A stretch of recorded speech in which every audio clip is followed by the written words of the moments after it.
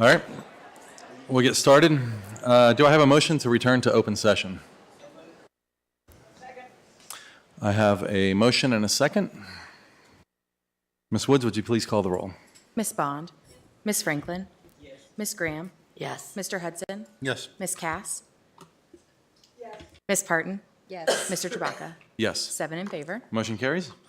Do I have a motion to certify closed session that, to the best of each member's knowledge, only public business matters lawfully exempted from open meeting requirements by Virginia law were discussed in the closed meeting to which this certification applies, and only such public business matters as were identified in the motion convening the closed meeting were heard, discussed, or considered? Second. Any discussion? All right, Ms. Woods, please call the roll. Ms. Bond? Yes. Ms. Franklin? Yes. Ms. Graham? Yes. Mr. Hudson? Yes. Ms. Cass? Yes. Ms. Parton? Yes. Mr. Chewbacca? Yes. 7 in favor. It's a little loud. Motion carries. I'd like to make a motion that we move the second action for the legal matter to our business meeting. So moved. Give me just one moment. Okay.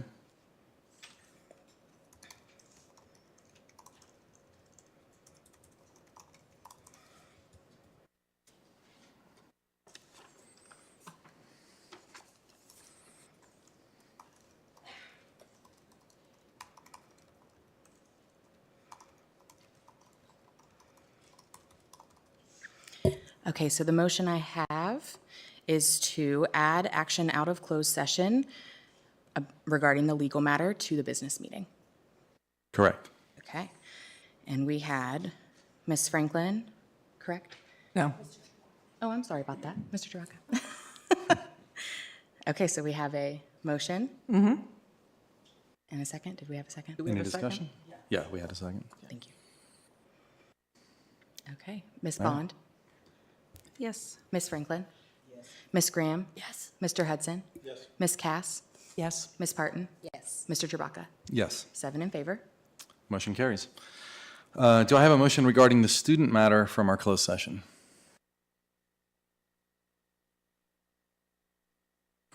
No. I make a motion to expel student A. I have a motion and a second. Any discussion? All right, Ms. Woods, please call the roll. Ms. Bond? Yes. Ms. Franklin? Yes. Ms. Graham? Yes. Mr. Hudson? Yes. Ms. Cass? Yes. Ms. Parton? Yes. Mr. Chewbacca? Yes. 7 in favor. Motion carries. All right, I'd like to thank everybody for being here tonight. As we begin tonight's meeting, I ask those in the audience to please silence your cell phones. The cell phone notifications can be distracting to others in the audience and to us up here at the board as we conduct our meeting. Thank you. Our student representatives this evening are Emma Whitaker from Auburn High School and Sam Woolsey from Blacksburg High School. I'm going to turn it over to you guys to read the mission, vision, and core values statement for us. MCPS is an innovative educational community. We value diversity and we are committed to equity and inclusion. MCPS empowers learners to realize success in an ever-changing global society through collaboration with communities, families, staff, and students. MCPS provides a safe, engaging learning environment and intentionally exposure to positive social, emotional, and academic experiences. The MCPS beliefs are as follows. All students can learn in order to pursue their dreams. Schools are safe places of joy, wonder, and creativity. Every person deserves to be loved, valued, and respected. Kindness is an essential skill of a responsible, productive community member. The diversity of our community is one of our greatest strengths. All people deserve equitable access to opportunities and resources. Every child deserves an advocate. Honoring the voices of students and other stakeholders strengthens the school community. Open communication and feedback are vital to our growth. Learning and teaching are collective efforts that begin at birth and involve the entire community. Relationship building and high expectations are foundational to student success. Thank you both. And I'm going to come right back to you to see if you had any reports to share from your schools tonight. Yes, the boys and girls track teams recently went to indoor track states. The girls team is the state runner-up, and the boys team is this year's champion. Specific events include Katja Kellenbeck in the high jump and Connor Rutherford in the mile. And we also recently had a Skills USA competition, and we had winners in lots of events, but those include first place in prepared speech, that's Nayusha Hudait, and we also had first place in extemporaneous writing, that's BB Trong, and we also had first place in technical drafting, that is Jacob Honecker. The band recently had a successful pre-assessment concert. We will have our concert assessment on Thursday of this week, and Audrey Deck, Eric Midkiff, Laura Prince, and Sam Woolsey were honored for their selection to the All Virginia Orchestra and Band. Laura and Sam were also recently selected to perform with the Honor Band of America. We also had a successful DECA competition with many first places. We had a Team 401 robotics competition where they got first place, and we also recently had a MAC academic competition team. We did a competition where we did very well. Science, math, and all around won first place there. All right, thanks, Sam. Yeah. At Auburn, our Math MAC team advanced to Super MAC, but they lost by 3 points. Our National Art Honor Society will hold their second community paint night this Friday at 6 p.m. The SCA held its Spring Blood Drive and had a great level of participation. Our choir and band students will go. Our choir students will have their assessment next weekend, while our band students will have assessment on Thursday. And we look forward to seeing how well they do. FFA will hold their Farmers Breakfast on March 21st, and it will be the first time we've held this since 2019 in person. We had 2 students from our swim and dive team advance to the state meet. Both placed in the top 8. Cade Hamilton placed second in the 200 individual medley, and Kendra Skaggs placed 5th in the dive portion of the competition. 35 of our students qualified for the FBLA State Conference. It'll be at the end of March. This is the largest number of AHS students to ever qualify. Everyone who participated in the regional conference advanced to the state conference. AHS also had 4 students participate in the State Ed Rising Conference this past weekend. We had kids participate in children's literature, public speaking, and interactive bulletin boards. Lauren Bittinger placed 3rd in public speaking in the state. And our sports have started. Our first official game of the spring season is Monday, March 13th. We will start offering the ASVAB Career Exploration Test to students on March 22nd. Our boys basketball team lost a close game last night to George Wythe in the state semifinals. And our girls indoor track team placed 6th in state. And then several SCT students will attend an upcoming field trip to the Truman Lumber and Row Furniture, and our forensics team had 12 students compete in the super regional tournament last weekend. Fantastic. You guys have a lot going on in your schools. Thank you for those reports. All right, next on the agenda is some recognitions. We have a recognition of our first graduates of the MCPS AMPS program. Dr. Reagan.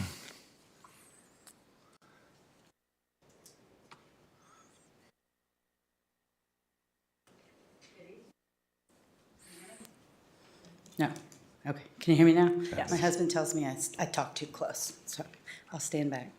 Tonight, Dr. Schultz and I are very excited to honor some very important teachers today, as well as some of our staff members who have helped to instruct them. So we're pleased to announce today that on January 25th, 2023, our first cohort of teachers successfully completed the MCPS Alternative Model for Professional Studies. We call it AMPS. Approved by the Virginia Department of Education in 2019, the MCPS AMPS program provides provisionally licensed teachers with job-embedded professional learning experiences focused on the most essential components of becoming an effective teacher. Teachers who complete our 30-month AMPS program meet the professional studies requirements for a full Virginia teaching license, equivalent to up to 6 college courses. AMPS in Montgomery County is the first program of its kind in the Commonwealth of Virginia, and we are proud to recognize our amazing first cohorts of graduates. We're going to call their name and ask them if they have family to come forward with them and accept a certificate and an apple. First, we have Miss Adriana Phillips.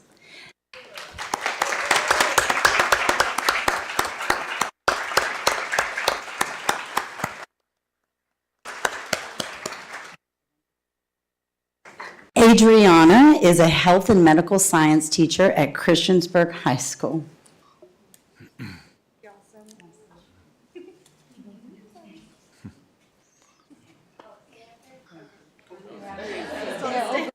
Camera, there we go. You get in the middle. Okay, I get in the middle. Yeah, come back, come on. I want to get at it. There you go. I'm being back. That's right. Good duck.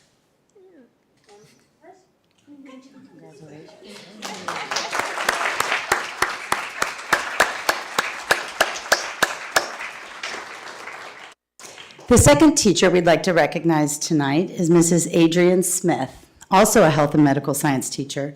Ms. Smith teaches at Auburn and Eastern Montgomery High Schools.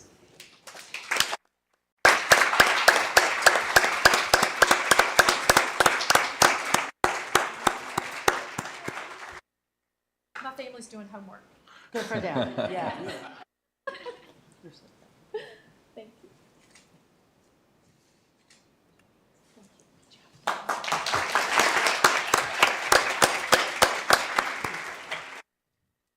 Next, we'd like to recognize Ms. Kelly Woodyard, who is an American Sign Language teacher at Christiansburg High School.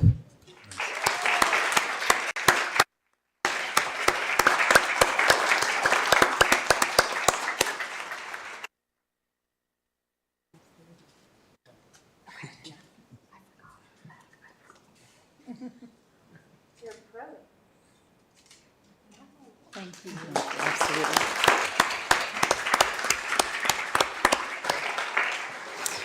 We are so proud of the amazing accomplishment of these teachers.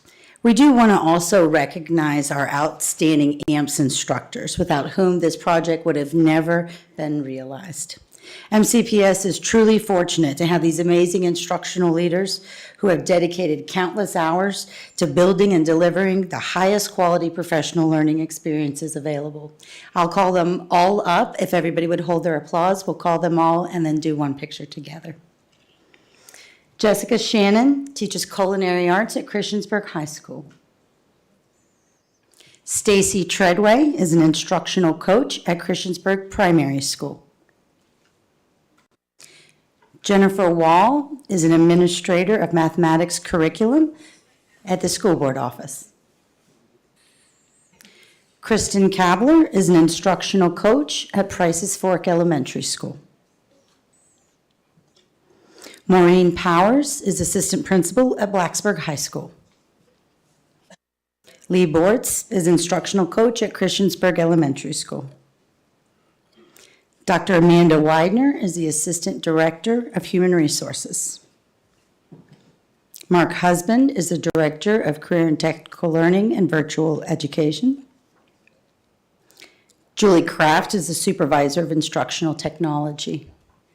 We also have several leaders who play key roles in the AMPS program, and that's Mrs. Marcia Settle, who is the Administrator of Professional Development, and Dr. Jonathan Schultz, Supervisor of Innovation and Grants. This group are the people who prepared the 30-month program and have provided the instruction to those teachers, and they are wonderful representatives of Montgomery County Public Schools. Thank you all for all of your commitment to AMPS.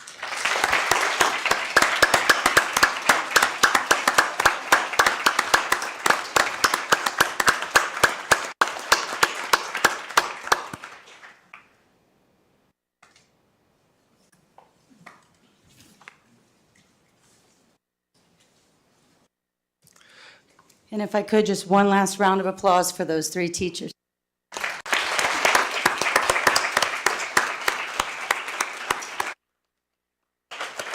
Thank you all so much, and thank you, Annie, for your work in that program, too. All right, next item is our March Seniors of the Month, so principals, take it away.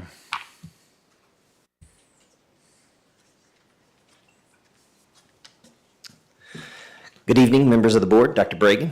It is my pleasure to present to you Auburn High School's Senior of the Month. This evening, I'd like to recognize Kelsey Gross-Close as Auburn High School's March Senior of the Month. Kelsey is here tonight with her family. I'd like to invite them to come up and join me.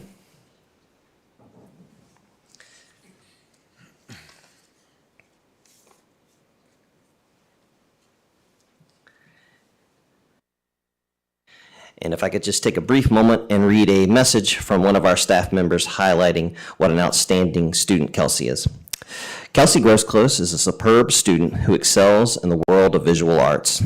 Kelsey has shown her leadership quality by being voted in as the National Art Honor Society president this year. She has worked on painting a school mural for the club, and she has instructed and led the club's community paint night with over 40 adult students in participation. Kelsey is well-rounded, finding time to participate in multiple sports. Kelsey also participates in FBLA and played a lead role in the drama club's play this winter, all while maintaining her academics. Congratulations, Kelsey.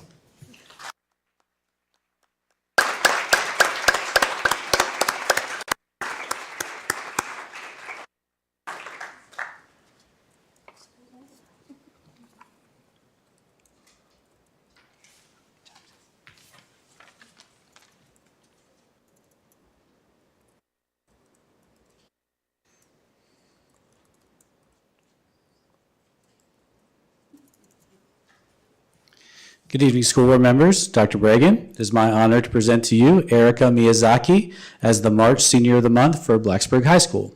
At this time, I'd like to invite Erica and her family to join me.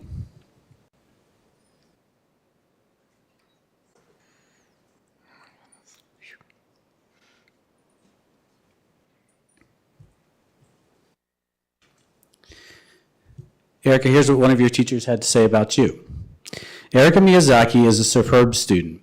Erica is all the nice things one could ever think of to say about a student. She is hardworking, consistent, invested in the school community, and always has a positive attitude.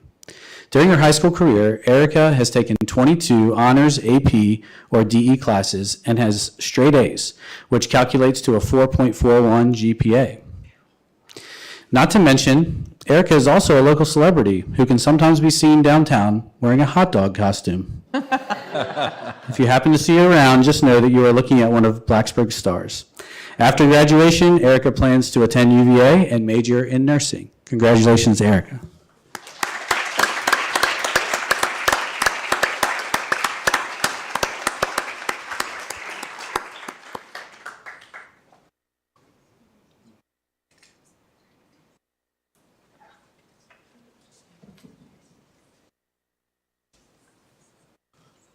Good evening, board members and Dr. Bragan. It is my pleasure to introduce the March Senior of the Month for Christiansburg High School, Juliana Sophia Rosso. Will Juliana and her family please come forward?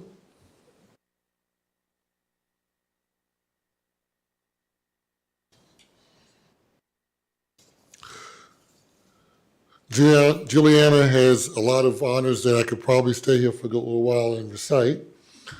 However, I would like to mention that she's on the Dean's List at New River Community College, that she's also Christiansburg High School's Harry F. Byrd Scholarship candidate, and she's also received the most outstanding thespian for Troop 3070. When asked by some of her teachers to describe Juliana, they said, "Juliana is one of the most thoughtful, kind hearts I've ever known. She shows true concern for others and does all in her power to make those around her better. She is an excellent contributor to class discussions and is always thoughtful with her comments. She is a consistent bright spot for many teachers and students, always being respectful and cheerful. If we had more Juliana Rossos in the world, it would be a far better place."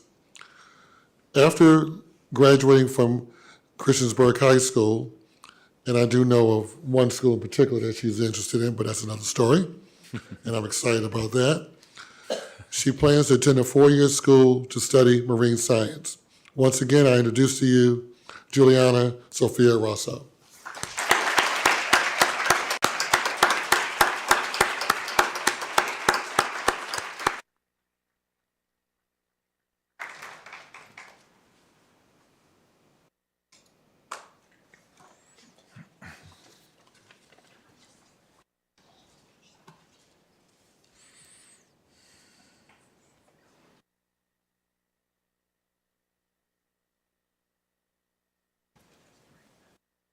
Good evening, members of the board and Dr. Bregan. It's my pleasure to be here this evening to recognize the March Senior of the Month for Eastern Montgomery High School, Eder Mateo Vasconcelos. Eder is here with his family, and I would like to ask them to come forward at this time.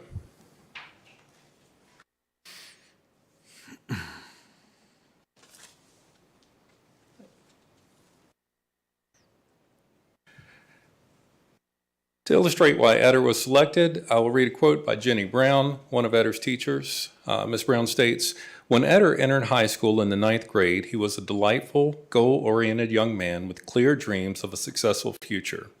Through the last 4 years, he has worked hard academically to perform his best, even with the most difficult tasks. He isn't one to settle with just getting by.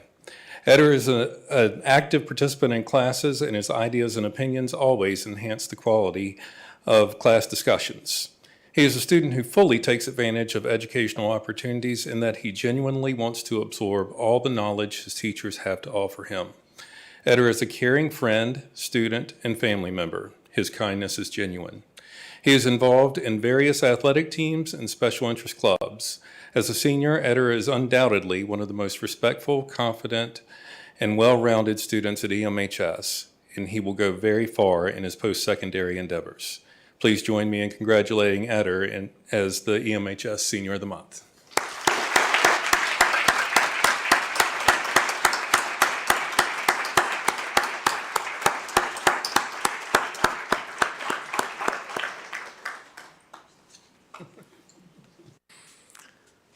All right, thank you all so much. We are going to take a quick 10-minute break so that the board has a chance to circle around and come down and personally congratulate some of our seniors and our other honorees tonight. So if you feel comfortable, please stick around. We'd love to. I'm sorry? Yeah, we're going to walk around. So we did. No.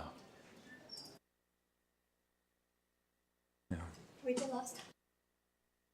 We'll come through that door and meet you at the front. Thanks.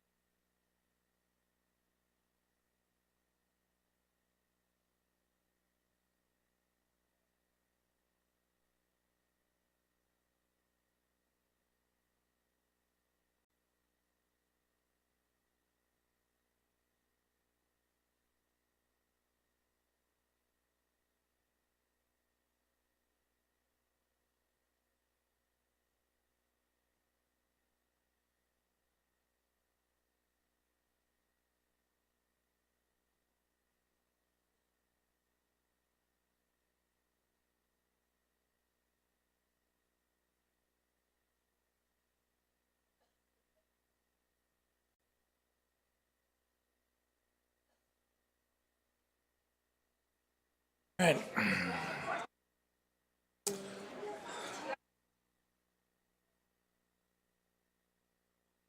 Sue Cass to the dais, please.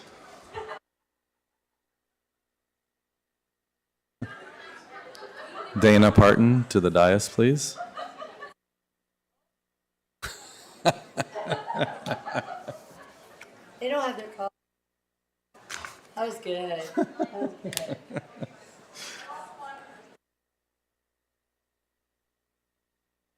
Sometimes you have to take a step back to take a step two forward, right? All right.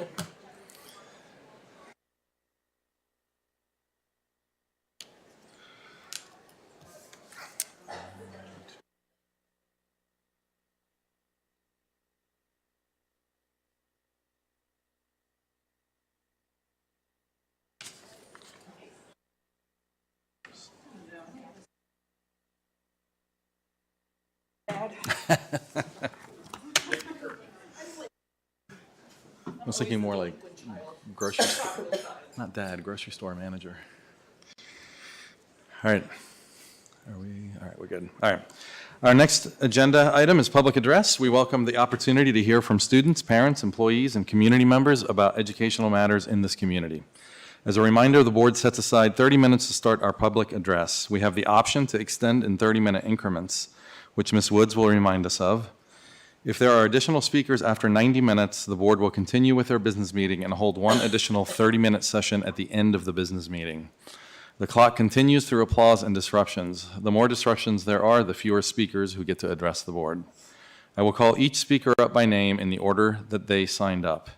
Each speaker will have 3 minutes to address the board. The board does not respond to speakers during public address. The screens will show when the speaker has 30 seconds remaining and when time is up. Please state your name and the area of the county that you live in. And the first speakers are Crow Sindelar and Katie Seidemann.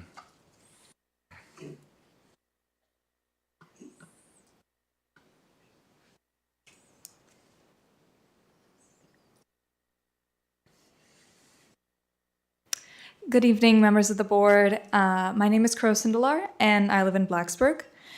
I'm here tonight because my friends and I are in danger.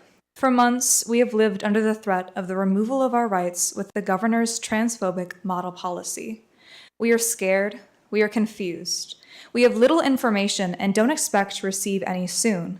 The policy could be implemented any day with no warning. There is even a possibility that it will go into effect in the next few weeks.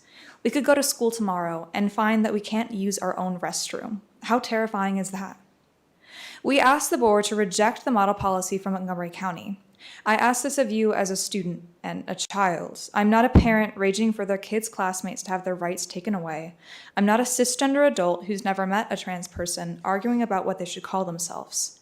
I'm a young member of the LGBTQ+ community and a non-binary person. Most of my friends are queer and trans. I listen to them tell me what they want from schools. I know what genderqueer youth go through. I have been misgendered and dead named in school, and I have heard others have the same happen to them. Trans kids do not deserve this. No one deserves to have their identities invalidated. I know that this is going to be difficult to become used to. Many of you did not grow up in a time when being trans was familiar or accepted. There is no new dangerous explosion of trans people. More kids are coming out today because it's a safer and easier place to find information about being trans. But 2023 is hardly perfect when it comes to the queer community. The model policy is a good example of that. We have to remember that it's okay not to understand something. Sometimes it's useful to have someone explain it to us. I wasn't always an expert on queer issues. We all have to learn first. But there is something that I still don't get.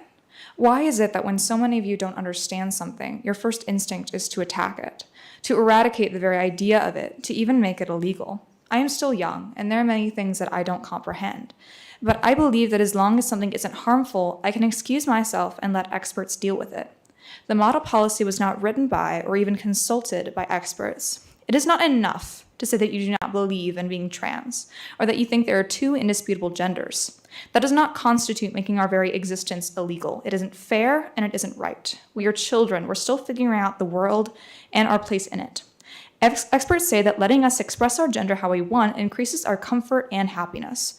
Forcing us to adhere to your ideals and shove aside our real feelings sharply increases our risk of depression and suicide.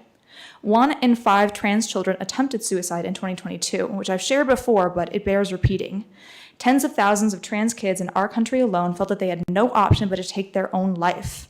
We can't allow this to continue because no one knows us better than ourselves, certainly not lawmakers who have never met us. Please, reject the model policies from Montgomery County. We need you. Thanks. Thank you, Crow. Please no applause. Next up is Katie Seidemann, and after that is Liz Stair. Good evening. My name is Katie Seidemann, and I live in Christiansburg. I'm also a music teacher at AHS, AMS, and EMHS. I'm here tonight to continue to voice my support for the right of MCPS employees to collectively bargain their contracts. I would also like to reiterate a few facts to combat the disinformation surrounding the topic. 1, collective bargaining does not and cannot raise taxes in Montgomery County. Negotiations concerning the budget would only take into consideration what money is already in the MCPS budget. The MCEA is not an outside agent bargaining on behalf of our MCPS employees.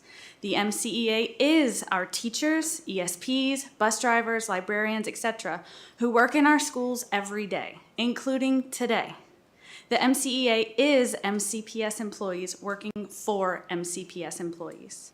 3, employee wages are not the only thing being brought to the negotiating table. While this is absolutely a concern, this is not our only concern, and it is not even our most pressing concern. There are battles to fight and hurdles to jump that school employees manage daily that have nothing to do with how much we get paid, all for the love of working with our students. But just because we love our students, does that mean that we deserve working conditions that are any more restrictive, any less respectful, any more overwhelming, or any less fulfilling than anyone else? Collective bargaining is critical to increased employee retention and increased employee morale. This is not a time to kick the can down the road until the timing is right. Our MCPS employees have been and continue to work without a say in the decisions being made for them and about them. And honestly, we are reaching our breaking point.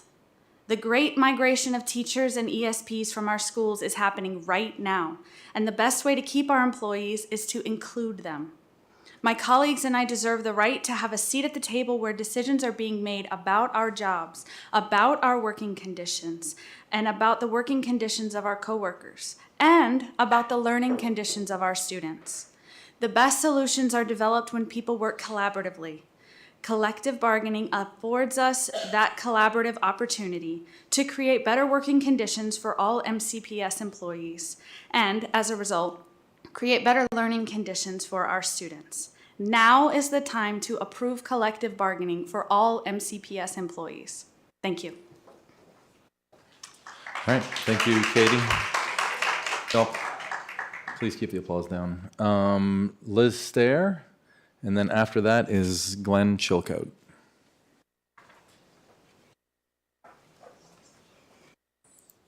Hi, good evening, Chair Trebaka and members of the board. My name is Liz Stair. I live in Christiansburg, and I am a music teacher in Blacksburg and Christiansburg. I fully support collective bargaining for all employee groups of MCPS. I work weekly with roughly 400 students. I'm often able to have firsthand insight into what is working well, and other times what needs some adjustments to best serve our students.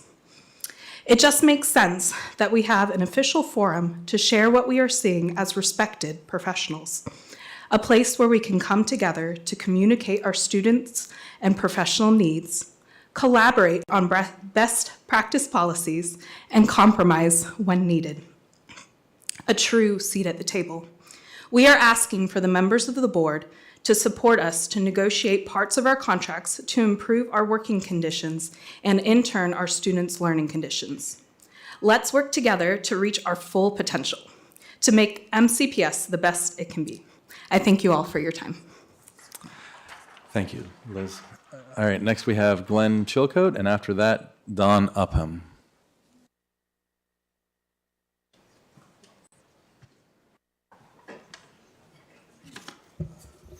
Chair Chewbacca, and members of the board. My name is Glenn Chilcote, and I live in Blacksburg. I want to take a few minutes to discuss why collective bargaining is so important for the educators in Montgomery County. First and foremost, collective bargaining gives educators and education support professionals a meaningful seat at the table. Teachers and education support professionals are the ones in the classroom day in and day out. They're working directly with students. We know what our students need. We know what works and we know what doesn't. We know what the resources are that work, and it's only fair that the educators that know the students' names can be allowed to collaborate on matters that affect them and their students. Secondly, educators' working conditions are students' learning conditions. It's a simple equation, really. When teachers and education support professionals have the tools and resources they need, students thrive. And lastly, the argument that teachers have it good and should not be seeking a meaningful seat at the table is unproductive and, quite frankly, disrespectful. Yes, there are many things about MCPS that is absolutely fantastic, but that doesn't mean we can't work to make things even better. And most importantly, collective bargaining is about giving a voice to the people who are held accountable for educating our children. So to anyone that thinks we are ungrateful, shame on you. We are very grateful of all the wonderful things that MCPS does for us. But nothing is better than having a voice. In regard to the resolution that was written by your attorney and which we, the MCEA, support, we are asking you to consider 3 changes. First, instead of only being able to negotiate 2 items, we ask that this be increased in order to represent all employees. We are committed to the collaborative process, and we want to work with your representatives to find our shared interests and choose potential topics through dialogue and collaboration. This is a two-way street. You can say, we want to negotiate this, vice versa. It is a team effort.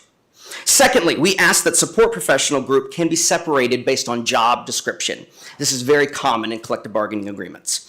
And lastly, Section 7, letter B, number 4, we're asking that you emphasize the purpose of collective bargaining.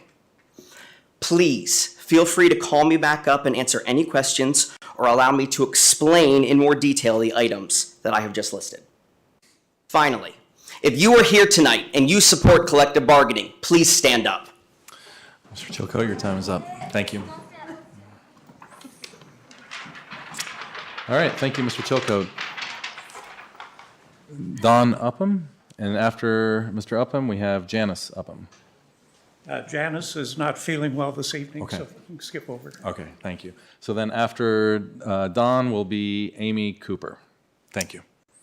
My name is Don Upham, and I live in Reinhardt. Research conducted in 2021 points out that the Bible is the best-selling and most distributed book of all time, with the total number sold and distributed probably between 5 and 7 billion copies. Have you read it? It was the first book printed at the invention of Gutenberg's movable type printing press in 1452. Have you read it? It's full of history and poetry, instruction and correction, fulfilled prophecies and those yet to be fulfilled, good news and warnings, life and death, promises and covenants, blessings and curses. Have you read it? The founding documents of this nation are based on a belief and trust in the God of the Christian Bible. It was the first textbook used in this land to train children in reading and writing and moral character during the 1600s and 1700s. Other textbooks still contain biblical narratives and scripture even as recently as the mid-1900s. Have you read it? The laws and covenants in the first 5 books of the Bible have formed the basis for justice systems and laws in many nations around the world. And we are warned in Deuteronomy chapter 28, now it shall be if you diligently obey the Lord your God, being careful to do all his commandments, which I command you today, the Lord your God will set you high above all the nations of the earth. Have you read the blessings that will follow those who obey the commandments of the Lord God? Have you read the curses that will inflict those who do not obey? There's another warning in the 6th chapter of the first letter of church at Corinth, contained in the New Testament. Or do you not know that the unrighteous shall not inherit the kingdom of God? Do not be deceived, neither fornicators, nor idolaters, nor adulterers, nor effeminate, nor homosexuals, nor thieves, nor covetous, nor drunkards, nor revilers, nor swindlers shall inherit the kingdom of God. And such were some of you. But you have been sanctified, you've been justified in the name of the Lord Jesus Christ and in the Spirit of our God. Have you read that? In the book of Matthew, chapter 18, Jesus called a child to himself and set him before the people and said, "Truly I say to you, unless you are converted," and that word means to repent or turn your life around, "and become like a child, you shall not enter the kingdom of heaven." Then Jesus further warns, "But whoever causes one of these little ones to stumble who believe in me, it is better for him that a heavy millstone be hung around his neck and they be drowned in the depth of the sea. Woe to the world because of its stumbling blocks, for it is inevitable that stumbling blocks come, but woe to the man through whom stumbling blocks come." Have you read the book? Thank you, Mr. Elton. Folks, please no applause. I've asked several times. All right, Amy Cooper is next, and then after Ms. Cooper, we have Stevie Bowman. Good evening. I'm going to ask anybody that's 18 years old and down, they'll probably have to step out because of the material I'm going to be reading from the school library, the book. So if you have children or you're listening via web, I just want to encourage you that this is going to be graphic. Ma'am, I don't think that you can read graphic Yes, I things can. here. I don't believe Yes. that that's allowed. So you allow pornographic books in our schools, but I can't read it? I'm just saying it depends on the audience, and for this audience, that's not allowed. I disagree.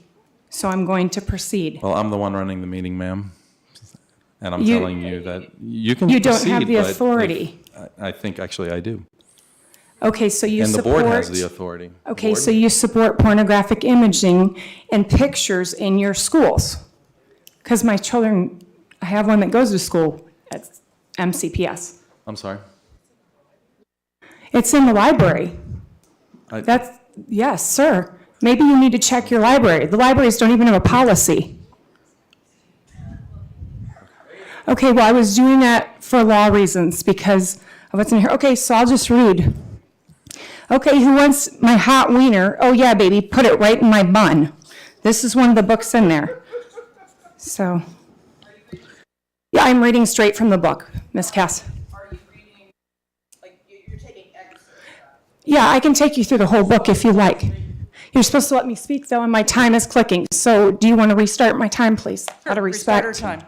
Please, Brenda. And I'm not being defiant. I'm just saying, as a parent in the county, I'm bothered by the curriculum that sits in our libraries. Our libraries are not really, they're not monitored.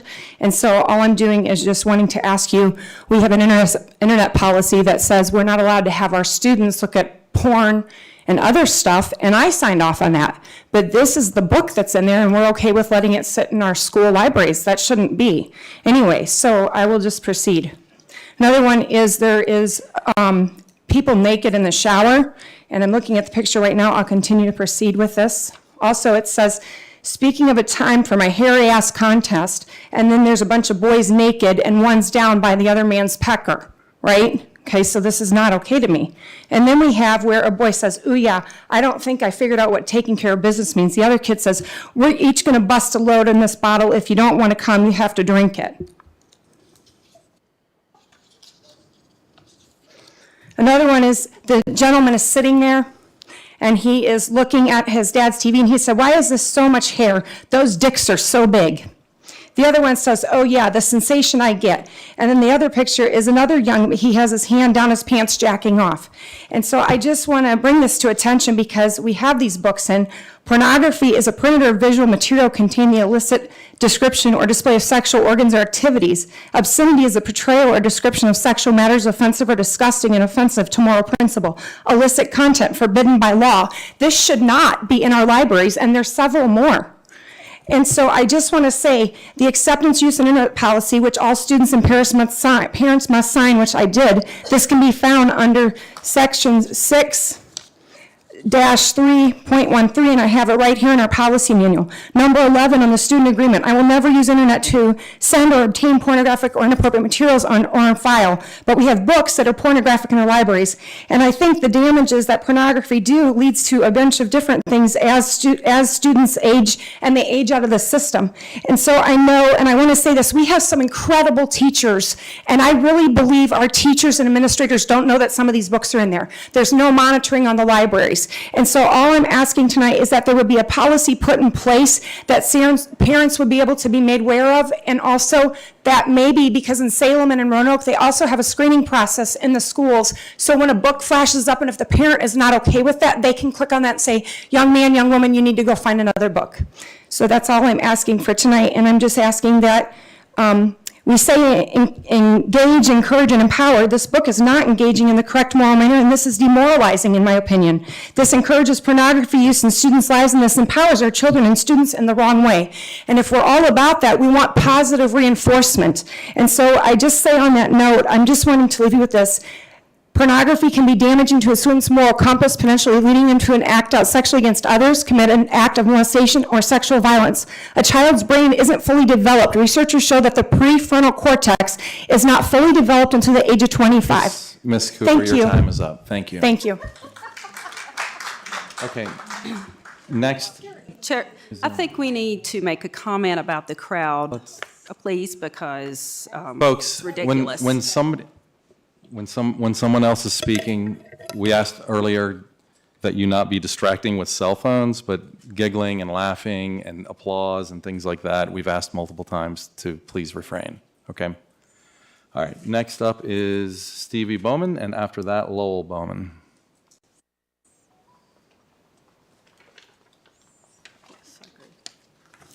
Good evening. My name is Stevie Bowman. I'm the chapter chair of Moms for Liberty, and I live in Reiner. I am here tonight to speak out against a collective bargaining agreement, even if the scope of the agreement is strictly pertaining to working conditions and safety.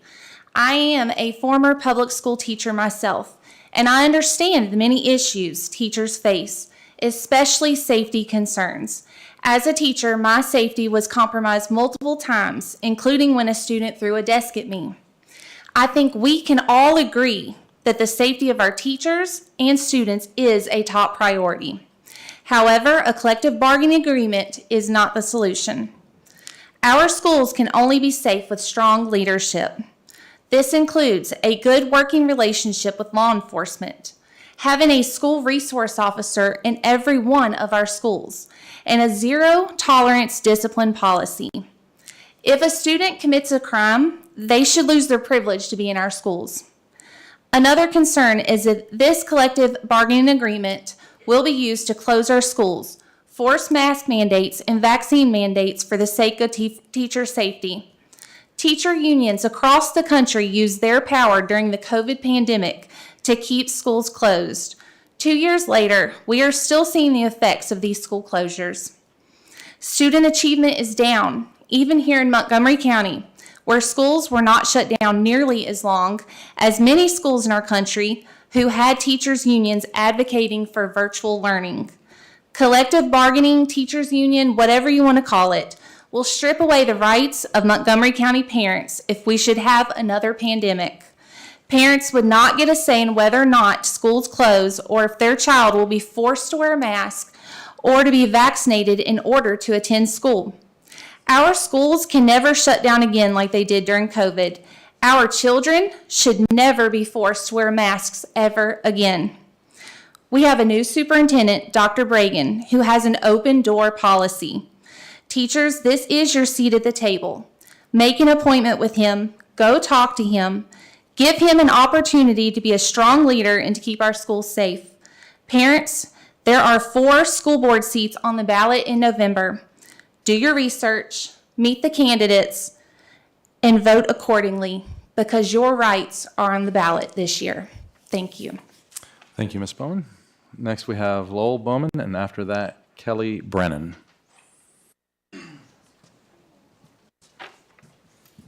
Good evening. Good evening. members of the board. My name is Lowell Bowman. I live in Reiner, Virginia. We have some truly great teachers here in Montgomery County. I know I have been campaigning all over the county, and I have met a lot of them. And what I'm hearing them say is that they don't have enough dedicated planning time. They go to meeting after meeting and training after training. It seems to me that these issues should be able to be addressed by the board and the administration and should not require the formation of a union. Therefore, I would urge this board to vote against collective bargaining for one simple reason, and that is we the people. We the people have elected you, the school board, to make decisions that affect our children because you are elected by us and you are accountable to us, to everyone in this room, your friends, your neighbors. The process of open and transparent accountability is how decisions should be made regarding our children, not in back rooms with unelected union leaders. A union, if allowed, would have the power to affect the decisions that are made regarding our children. This would infringe on our parental rights. We, the people, are the ones that should have that power. Union leadership is not elected by the people and is not accountable to the people. The teachers here tonight clearly are not happy. So go talk to them and work with them on finding solutions to their problems. In the meantime, don't give away any of our rights as parents. Thank you. Thank you, Mr. Bowman. Next is Kelly Brennan, and after that, Carola Haas. Good evening. My name is Kelly Brennan, and I live in Reiner. I'm here tonight to present to you a findings report from a civic inquiry conducted by concerned citizens of Montgomery County regarding the 2022 adoption of and implementation of StudySync. This 46-page report contains 226 pages of supporting exhibits that demonstrate the workings of an authoritarian administrative culture at odds with the core values and principles of Montgomery County Public Schools. Launched last October, the inquiry relied on hundreds of public records provided by the school division under the Virginia Freedom of Information Act. The failings revealed through this inquiry include and go beyond a manifestly mismanaged textbook implementation and show that division senior administrators sought to codify a de facto policy which it had instituted at the primary education level 3 years ago while implementing a new ELA curriculum called Benchmark and apply that policy division-wide. Records obtained through Virginia FOIA demonstrate that MCPS administrators devised this plan to achieve two goals. The first was to revoke an authority contained in MCPS's official textbooks and instructional materials policy 6-5.5. Under this policy, teachers are authorized to select appropriate instructional materials for individual classroom use. Administrators who sought to rescind this authority described it disparagingly as teacher autonomy. The second aim related to the first was to use the textbook adoption process to regulate and restrict the use of novels across the division. In their bid to curtail autonomy and regulate novels, administrators misconstrued state law to nullify provisions in policy 6-5.5, forbade ELA teachers from using established curriculum and instructional materials such as novels, and required these teachers to teach almost exclusively from StudySync. Furthermore, these administrators threatened the school board with the false claim that the school system would lose state funding if it resisted. Unilaterally rewrote policy 6-5.5 to ensure that teacher autonomy was revoked and engaged in an assortment of tactics unbecoming of public educators, including deceit, coercion, surveillance, and intimidation. All the while, administrators showed a callous disregard for the consequences of their actions for teachers, staff, administrators, volunteers, community members, parents, and not least of all, students. This inquiry has revealed an institutional culture at profound odds with the behavior, aspirations, values, and principles of MCPS. It is a culture in need of deep transformation. Concerned citizens of Montgomery County ask this board to undertake this transformational work and to begin by holding administrators involved in this scheme to account, such that stakeholders are treated with dignity and respect, and so that we may fully accomplish the mission and vision of MCPS. Thank you. Thank you, Mr. Brennan. Next is Carola Haas, and after that, Crystal Fentress. Hi, thank you. My name is Carola Haas from Reiner, Virginia. On my way here, I got a message from another Auburn parent saying, thank you so much for speaking and representing us. But I have to comment that to me, it's really offensive to hear a parent imply that our teachers are too lazy to work, and that's why they want a collective bargaining agreement, that they just want to shut down the schools. I'm sorry, that's really offensive. And it's really offensive to me that a parent would stand up here and say that her moral objections should prohibit my child and any child from reading books in the school. I mean, if sex is the thing that she doesn't like, where do you think children came from?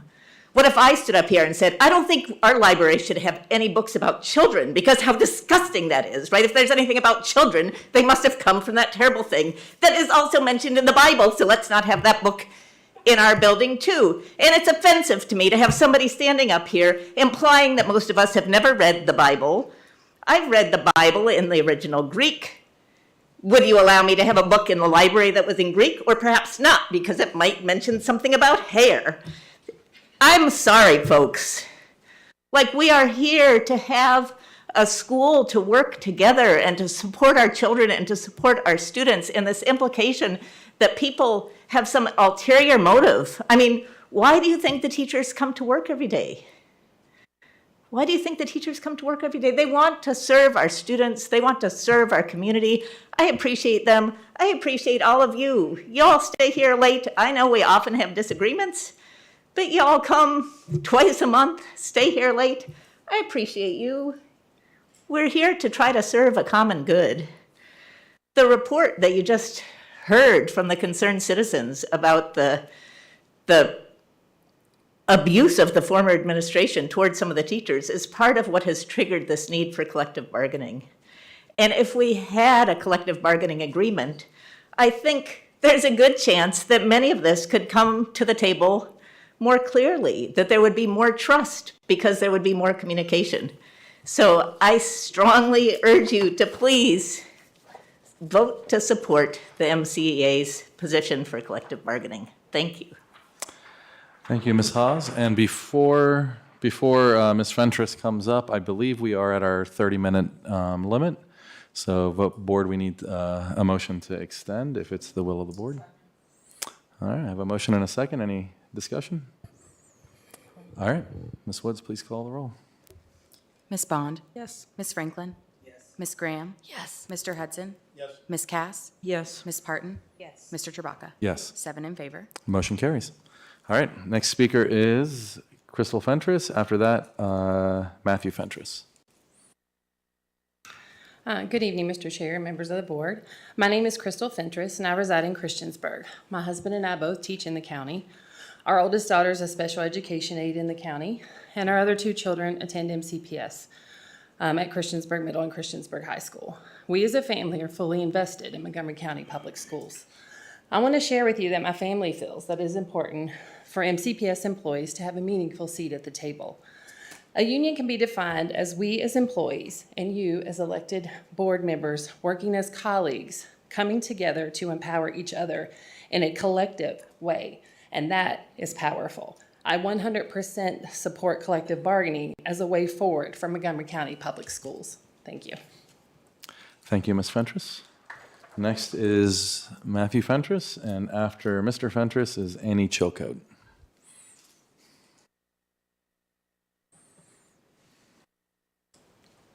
Good evening. I hope you all are doing well. My name is Matthew Fentress. I reside in Christiansburg, Virginia.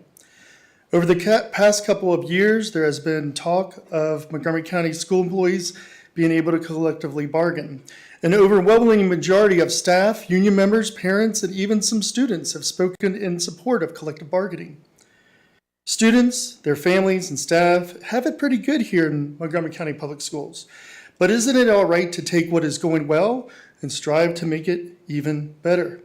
If a student is reading on grade level, don't you expect me to help them to continue to reach past their horizons? This is true for our schools as well. Don't we want schools that will give our children a better life than what we had as parents when we were growing up? There are the simple ideas that give birth to this American dream that we all share. These American ideas are union ideas. Collective bargaining is giving staff a meaningful seat at the table. Supporting collective bargaining sends the staff a message that you trust them as professionals. A collective public education employer will better serve students and the community by negotiating in good faith with its employees. To quote President Ronald Reagan, "Where free unions and collective bargaining are forbidden, freedom is lost." Please give our staff the freedom to collectively work towards a stronger future for our students and staff. Everyone has an agenda that gets up here and speaks, and our agenda is pretty simple. We work towards better learning conditions for our students and working conditions for staff. When the morale of students and staff is low, we come to you as a partner. When there were issues with COVID, we came to you to collaborate on safety. When there were concerns about the curriculum, our union came to you to share our experience. Those who choose not to listen only hear us complain. Those who choose to support the staff's united dialogue see us as professionals, striving for solutions. Collective bargaining is the means to our shared success. As school board members, supporting collective bargaining acknowledges that educators and staff working conditions are students' learning conditions. That's it. By addressing school and classroom issues together, everyone wins. Please support collective bargaining. Thank you. Thank you, Mr. Fentress. Next up is Annie Chilcote, and after that, Sarah Rupp.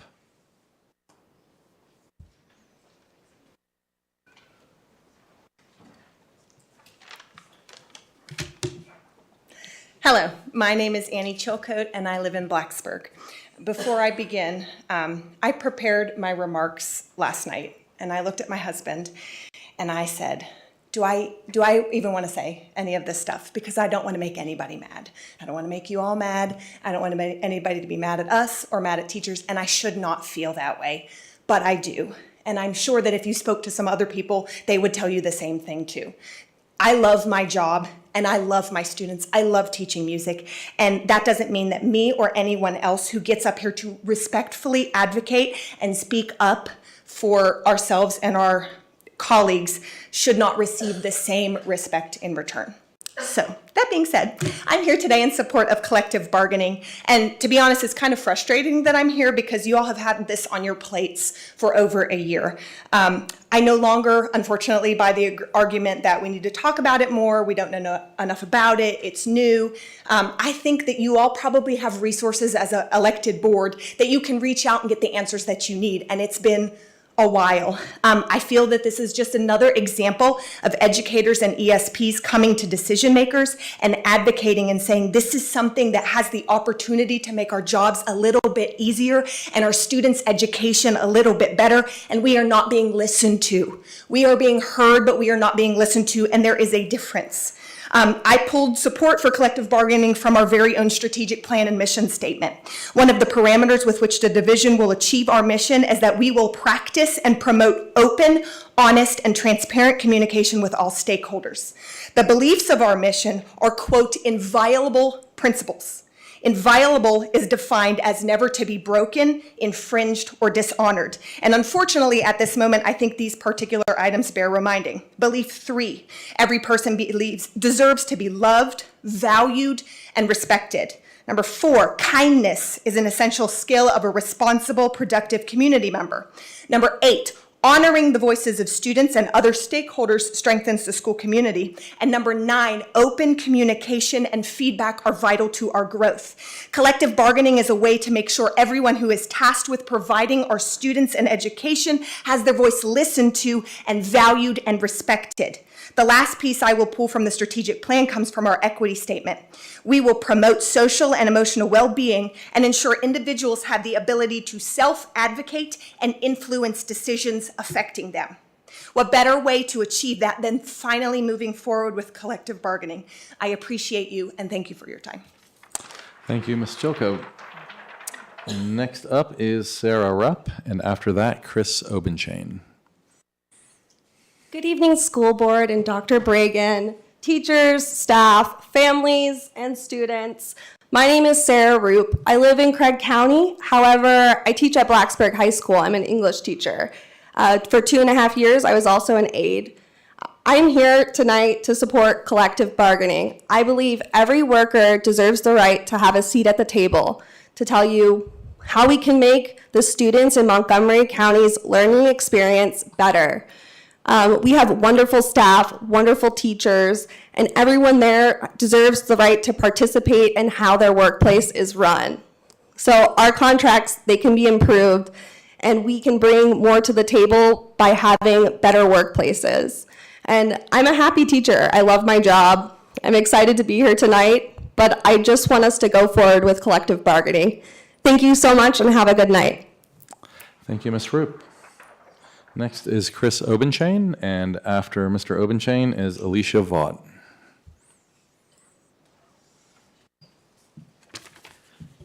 Good evening. My name is Chris Obenchain. I'm a dad from Blacksburg, and I'm here to ask you to oppose collective bargaining for Montgomery County Public Schools. Since one of the pro-union speakers quoted Ronald Reagan, I'm going to quote Franklin Delano Roosevelt, who wrote in 1937 that the process of collective bargaining cannot be transplanted into the public service. I agree. The idea that our schools and our children would be held hostage and unable to learn due to a potential impasse between the union representatives and the school board is unthinkable. And to invite such a potential problem into our schools is frankly irresponsible. The union representatives have repeatedly attempted to frame this debate as merely giving employees a seat at the table. That rhetoric is false on its face. The fact that this resolution is even on the agenda tonight shows that these employees already have a seat at the table. In fact, what I've seen over the years attending and watching these meetings is that employees of the public schools have more influence on this board than virtually any other group. So what, in fact, would collective bargaining achieve? It won't improve academic performance. It won't improve discipline in our schools. It won't ensure that our kids have the skills they need to succeed in life. And it certainly won't protect them from having political ideology shoved down their throats. Those are the things that parents in Montgomery County are worried about. In fact, there are a few things that we know collective bargaining will do. One is it will divert valuable resources from the classroom to pay for the costs of negotiation. Two, it will force employees to pay out of their own paycheck for something they may not even want or need unless they proactively opt out. That is in the resolution.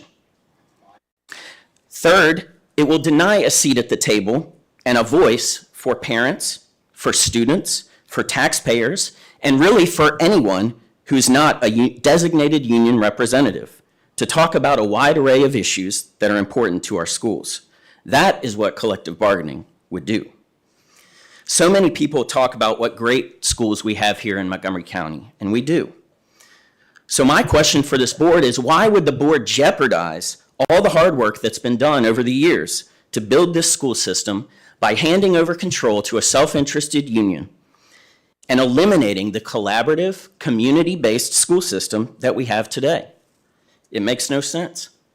And I urge this board to reject collective bargaining as not in the best interests of the parents, the teachers, the students, or the taxpayers of Montgomery County. Thank you, Mr. Obenchain. Next up is Alicia Vaught, and after Ms. Vaught is Jenny Perfader. I hope I said that right. Perfader. Sorry about that. Is Ms. Vaught here?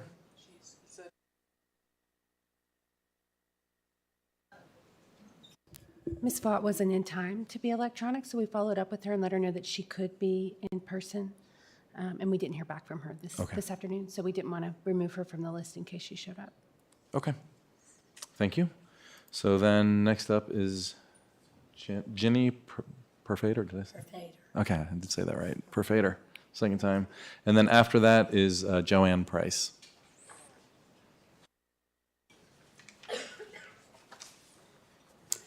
Hello, my name is Jenny Perfader. I live in Blacksburg, and I'm with Moms for Liberty. I was a teacher for 9 years, but I resigned from my teaching position in October of 2022. It was an incredibly difficult decision because I still love teaching, and that's where my heart was. But I knew I could not stand before God one day, having stayed silent while this iniquity raged against our children. My transfer transformation from staunch public school supporter to school choice advocate was a something that happened slowly. It began when I noticed that the NEA magazines I was receiving always swayed against my personal beliefs. That prompted me to dig deeper into the NEA and VEA. Here are some things I learned, according to their own resolution. On page 86, they support automatic voter online same-day registration without restrictive residency provisions or restrictive identification requirements. These are, you're going to find out most of these have nothing to do within the scope of education. Healthcare, they believe that in a universal healthcare system, with religion, the association believes in a total separation of church and state and opposes requiring students to have a moment of silence to pray in the morning. On page 93, the association believes in family planning and reproductive health, which includes the right to abortion. They also support the implementation of community-operated, school-based family planning clinics. On page 95, they support banning assault weapons, limiting capacity of magazines, and creating a national database for all gun sales. On page 98, the association believes that in order to achieve racial and social justice, educators must acknowledge the existence of white supremacy culture as the primary root cause of institutional racism, structural racism, and white privilege. Further, the association believes that white privilege exists regardless of wealth, gender, or any other factors. In other words, white people, no matter the struggle in life, are inherently privileged. During COVID, I was fighting for schools to remain open and for children and teachers to not have to wear masks. But the Education Association was fighting to keep schools closed and to enforce mask mandates, among other things. I was paying for a seat at the table, but I didn't get one. They only represented very liberal teachers and their ideology. They did not support conservative teachers like myself.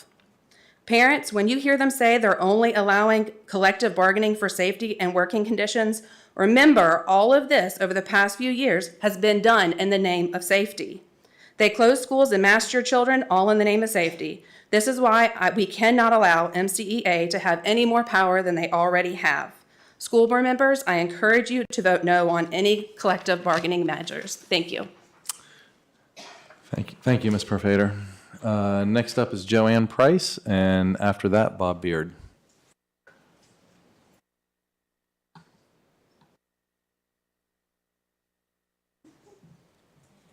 Good evening, Board, Superintendent. I'm Joanne Price, Blacksburg. Policy 5-3.4 states, the Montgomery County School Board recognizes the rights of its employees to engage in political activity. Employees may solicit support for political candidates or political issues outside regular work hours and off school property. School employees engaging in political activity must make it clear that their views and actions are made as individuals and they do not represent the views of the school division. No employee shall use his or her position in the school division to promote a political cause. No employee shall attempt to indoctrinate students by virtue of his or her position while students are under the supervision of the school board. Political posters, announcements, and flyers shall not be displayed on school bulletin boards or distributed through mail or messenger facilities. These restrictions shall not apply to classroom bulletin boards and displays being used to supplement instructional units. The school board recognizes that employees participate in professional organizations. The following policy is being violated by the MCEA. The policy clearly states that no employee shall use his or her position in the school division to promote a political cause. They are clearly participating in political activities by endorsing candidates. Also, with this policy, how can MCPS Finance Department be allowed to process the dues of MCA? They shouldn't. Taxpayer dollars should not be paying to work for the MCEA. Either the policy needs to change or the leadership of the MCEA needs to be put on notice. I say keep the policy as it is and let these employees know this is not allowed. Thank you, Mrs. Price. Next up is Bob Beard, and after that, Natalie Gibbs.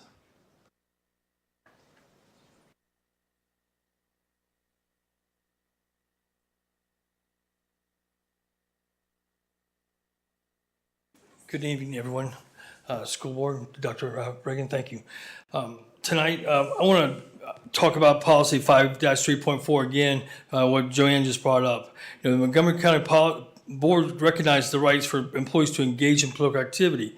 But let's do a deeper dive. It says, no employee shall use her position in the school division to promote a political cause. The question is the chair for the MCA, Glenn Chuka, he's a teacher of MCPS. He is using his position as a teacher to promote himself to be an advocate for teachers. He's trying to use his position as a teacher to leverage to become a teacher representative.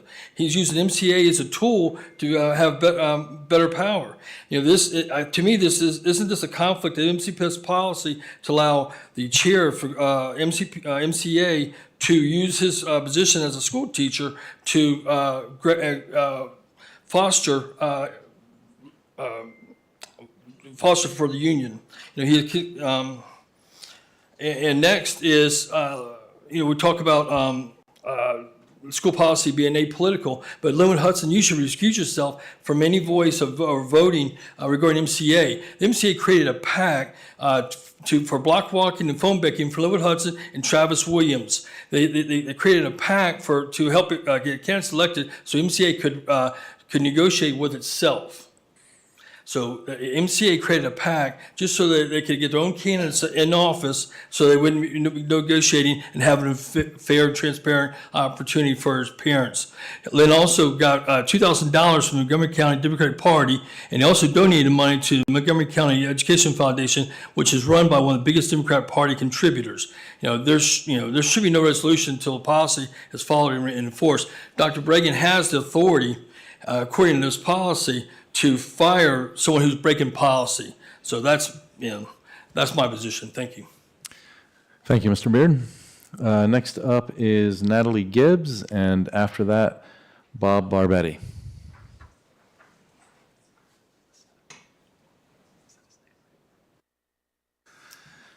Good evening, members of the board and Dr. Bregan. Thank you for the opportunity to speak. My name is Natalie Gibbs, and I'm a teacher here at MCPS. This is my 19th year in education, my 16th in MCPS. During that time, I've spent 5 years at Christiansburg Middle School and the rest at Bellevue Elementary. As an itinerant music teacher, I've been in every strand: Eastern Montgomery Elementary, Price's Fort, Christiansburg Primary, Falling Branch, and now Auburn. And this is what I've learned. At every building, teachers are proud of their jobs, they love their students, and they work very hard every single day. For me, MCPS has been a great place to work, but there is room for improvement. Mainly, it is easy to feel that as teachers, we currently do not have a strong voice in our county's decision-making. I support collective bargaining because I believe all workers in any field should have a voice in determining and improving their own working conditions.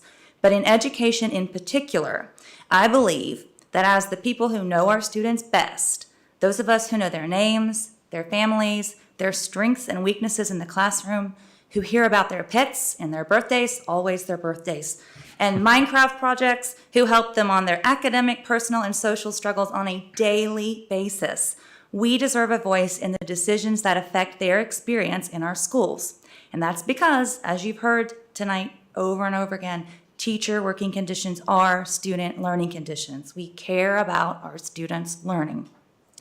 I'd like to add, collective bargaining does not infringe on parental rights, and many of the things I've heard tonight against collective bargaining are just false. If it were as simple as talking with the board when we're frustrated, we wouldn't be frustrated. We are busy people, and we wouldn't be spending all this energy trying to get the right to collectively bargain if we didn't need the right to collectively bargain. When teachers are given a voice in school decisions, everyone benefits. That includes teachers, families, communities, and most importantly, our students, which is why we are in our jobs. That is why I support collective bargaining and why I ask you to do the same. Thank you. Thank you, Ms. Gibbs. Next up is Bob Barbetti, and after that, Kim Bowman. Bob Barbetti, Reiner. It seems every month we're at a crossroads involving education of our children. Tonight, we again begin deliberations about collective bargaining. Voices and passion will escalate around this decision. Some will argue for, as if it were the Holy Grail. Others will argue against, as if it were from Satan. Although those who are emotionally anchored in this argument will be unlikely to hear any logic that does not support their position, I will still try to bring some element of logic to the discussion. Collective bargaining has a mixed history of success and failure for our country. It was successful in influencing child labor, mining safety, fairness in employee treatment, out-of-control capitalism, and many more areas. It was a failure in promoting meritocracy over longevity, nepotism, or cronyism. It failed to support technology development, cost reductions to remain competitive, or individual employee growth. Most importantly, collective bargaining created a legal division between people who should have been working together for the success of the organization. Collective bargaining is really just a tool to be used where truly needed. Unfortunately, there is no universal tool. If we hold on to a hammer too tightly, we begin to see everything as a nail. It seems to me that some of the MCPS employees see public education getting worse and have lost trust that the board is willing to work with them to fix it. It also seems to me that the board, as a whole, may not be satisfied with our public education, but has not effectively communicated the desire to work together with employees to fix it. That does not support collective bargaining as the path. Your effort should be to unify everyone and work towards the purpose for which the organization was created, not formalize separate legal bodies for negotiation and compromise. When we as humans choose sides or teams, we end up in a competition. Thinking becomes focused on a zero-sum game with the winner and loser. What is lost is creativity and the gestalt, where the whole is greater than the sum of the parts. You, the board, have the opportunity to choose a better path. Do you believe in yourselves? Do you care about people? Do you believe you can do something great together? Then choose the better path. Do not accept division as inevitable. Do commit to do more in unity than you can apart. Then you can and will lift our students, staff, and system to new heights. Thank you. Thank you, Mr. Barbetti. Our next speaker is Kim Bowman, and then after that, Aaron Scardo.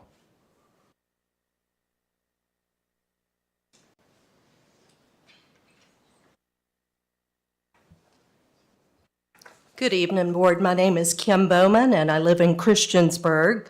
I just want to talk a little bit about collective bargaining. A lot of people think that that's like the golden ticket to solve all of our problems. Well, I'm here to tell you that that's not, and we need to be working together, just like Bob said, to come to resolutions that are good for the whole community. I'm speaking from a story that was told by Rebecca Friedrichs. Now, Rebecca is a veteran public school educator who has years of experience, decades of experience actually with unions. And she says that the teachers' unions have actually silenced the voices of teachers for decades.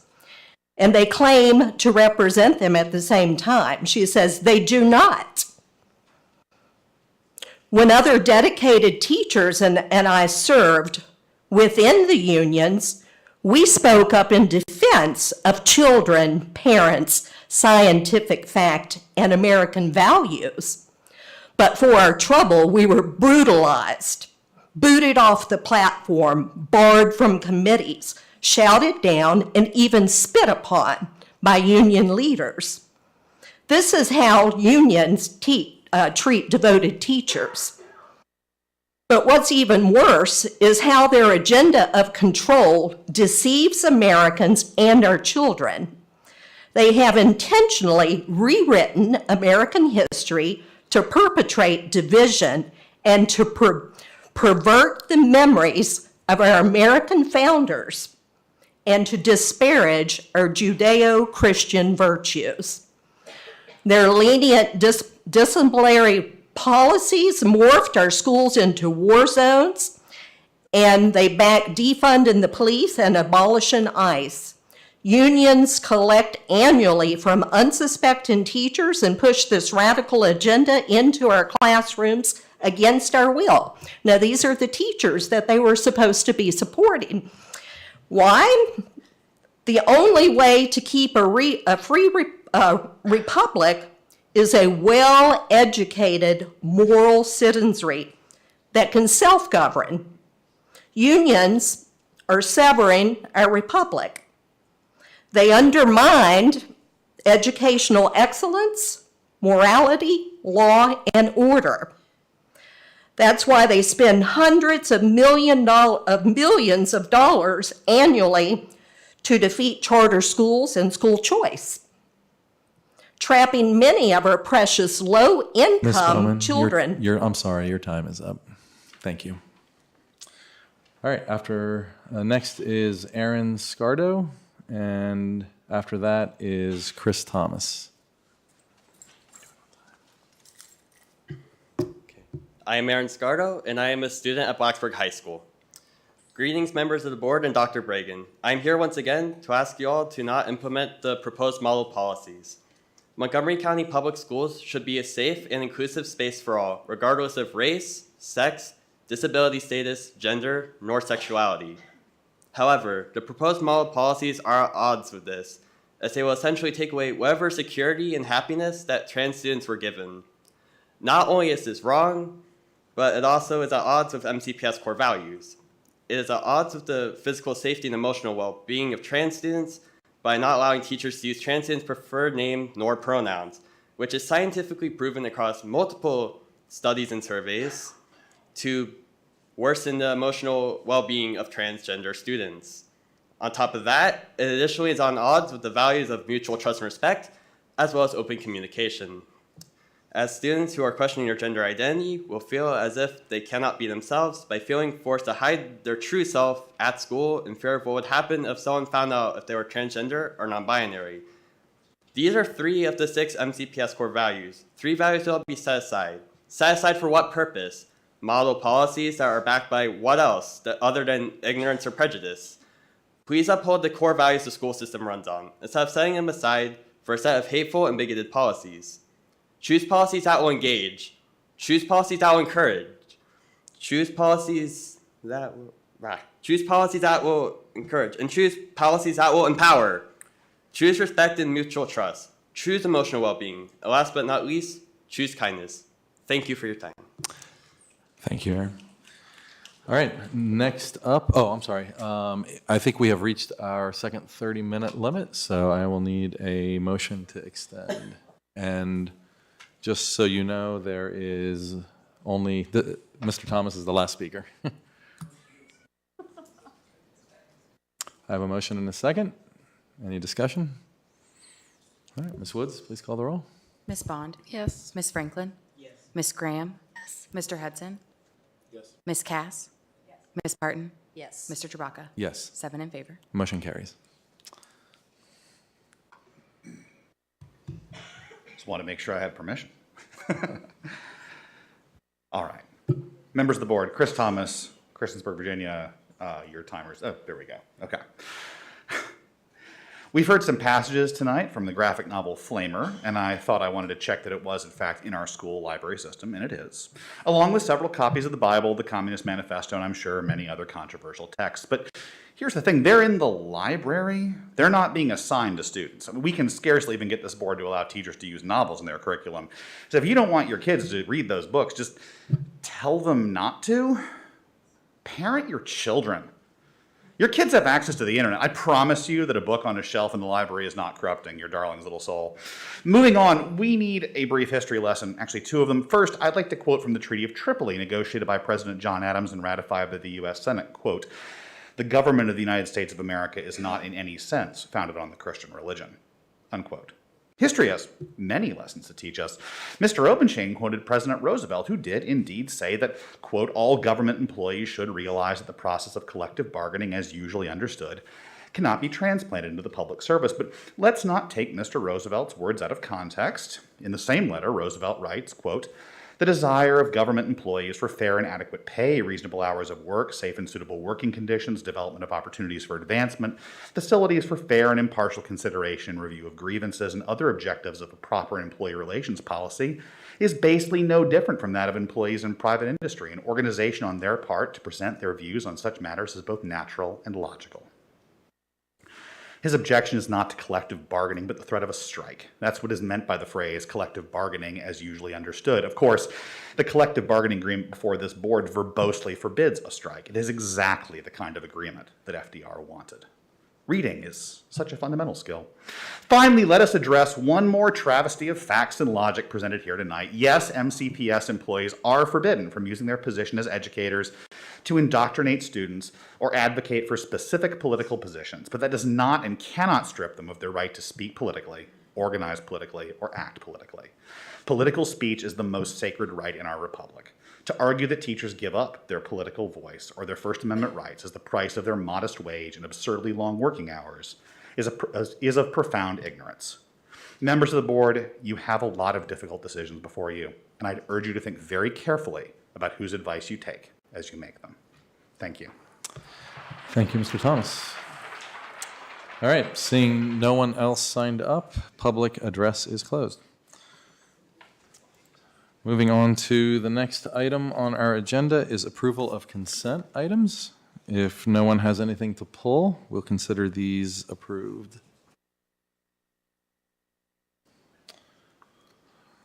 All right, do I have a motion to approve the payment of the bills as presented?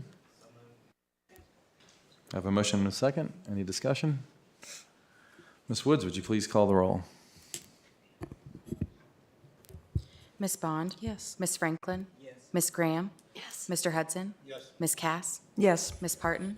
Ms. Chewbacca? Yes. 7 in favor. Motion carries. Do I have a motion to approve the financial summary report as presented? So moved. I have a motion and a second. Any discussion? All right, Ms. Woods, please call the roll. Ms. Bond? Yes. Ms. Franklin? Yes. Ms. Graham? Yes. Mr. Hudson? Yes. Ms. Cass? Yes. Ms. Parton? Yes. Mr. Chewbacca? Yes. 7 in favor. Motion carries.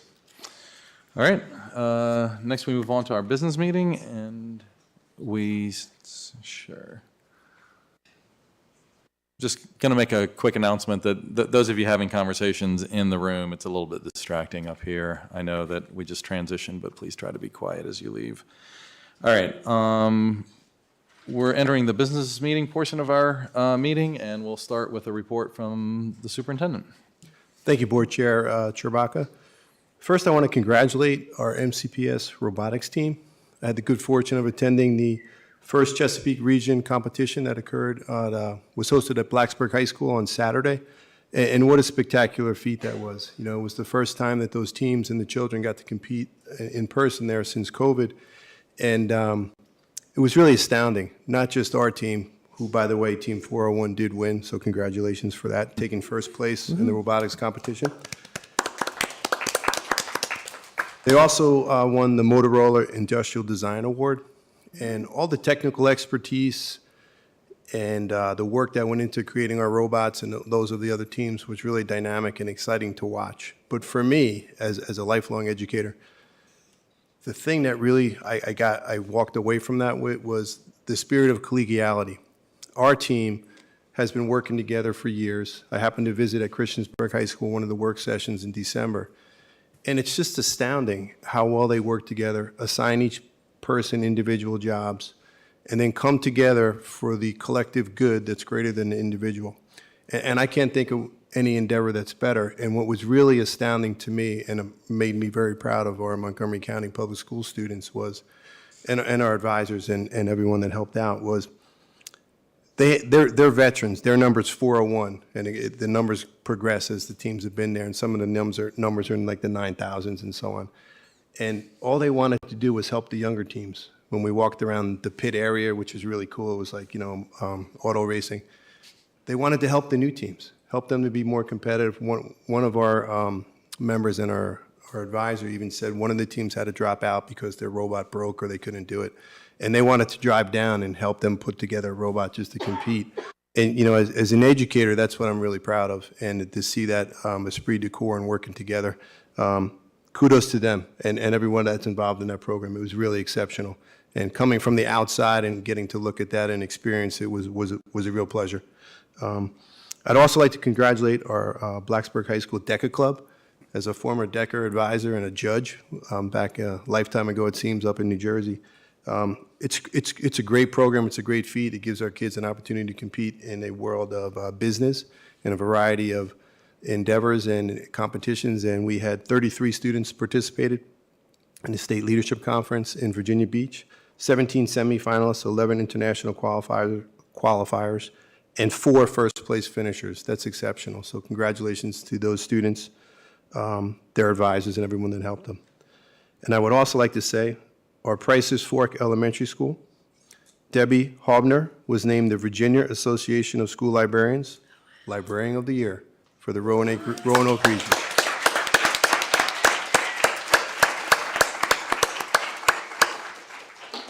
I had to take a vow of secrecy not to share that until today because I think they made that information public today.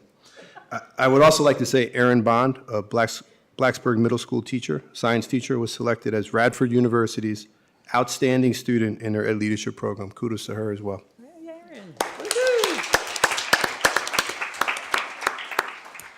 Just to provide a brief update of the budget process, as you know, we presented our budget to our school board, and I did say it right, not Board of Education, our school board.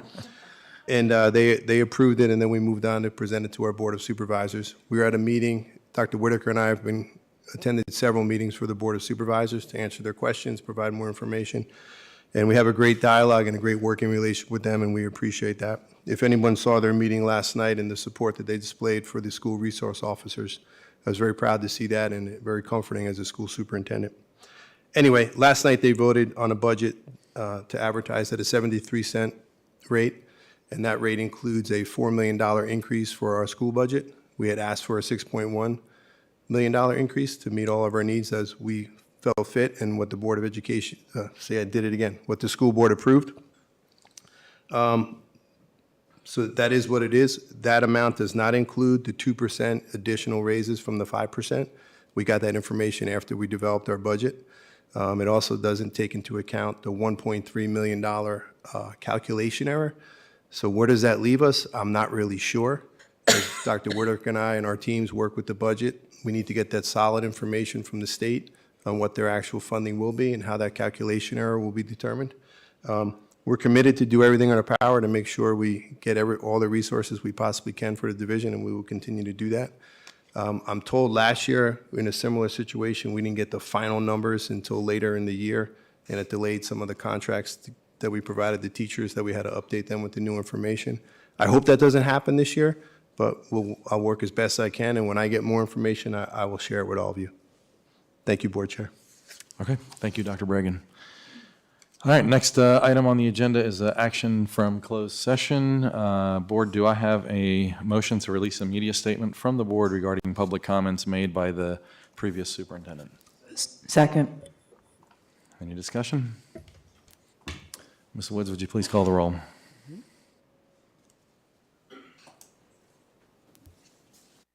Yes. Ms. Franklin? Yes. Ms. Graham? Yes. Mr. Hudson? Yes. Ms. Cass? Yes. Ms. Parton? Yes. Mr. Chewbacca? Yes. 7 in favor. Motion carries. Next item is collective bargaining discussion. So I was wondering if maybe we could start the discussion with Dr. Bregan just filling us in, I guess, on the new resolution that is posted on board docs.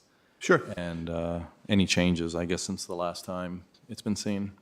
Yeah, we'll do, Board Chair Chewbacca.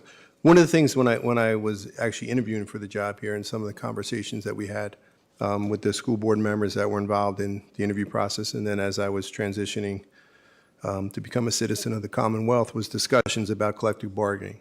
And so one of the charges that I had as soon as I got hired in December from the school board was to, can you work with the MCA and see if we can develop some type of collective bargaining agreement that we could all agree to and we could all live with. And I took that charge very seriously. And I worked closely with the MCA leadership, specifically with Mr. Chilcote. I would say we had a really good series of sessions and dialogues, and we started with what was proposed, I believe, last November, and that at some point the board attorney had refined it or made some changes or whatever. And we worked on that, I would say, up until a few weeks ago. You know, a couple different sessions. We met at length with a variety of members of the MCA leadership. And before this meeting, as it approached, I shared that with our board attorney from Sands Anderson. And his advice to us was that we should revert back to the version that was shared in November, that was something that, as far as the Board of Education, he felt strongly that it protected the board's rights. I then shared that with the board president, and I actually shared it also with Mr. Chilcote and asked, hey, this is what the board attorney says, what are your thoughts?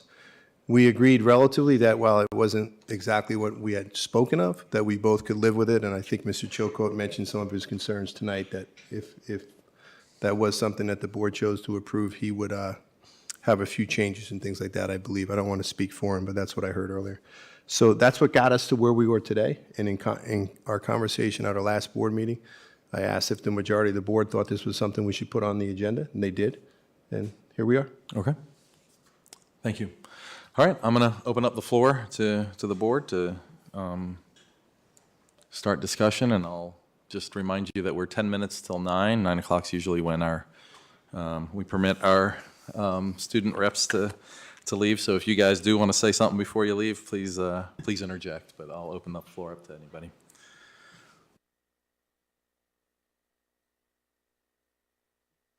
I'll start.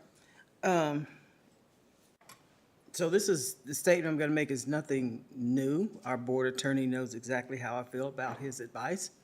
I appreciate it, but it doesn't necessarily mean that we always need to follow our attorney's advice, because he is an attorney and he looks at what the law says and how things can be defended and whatever.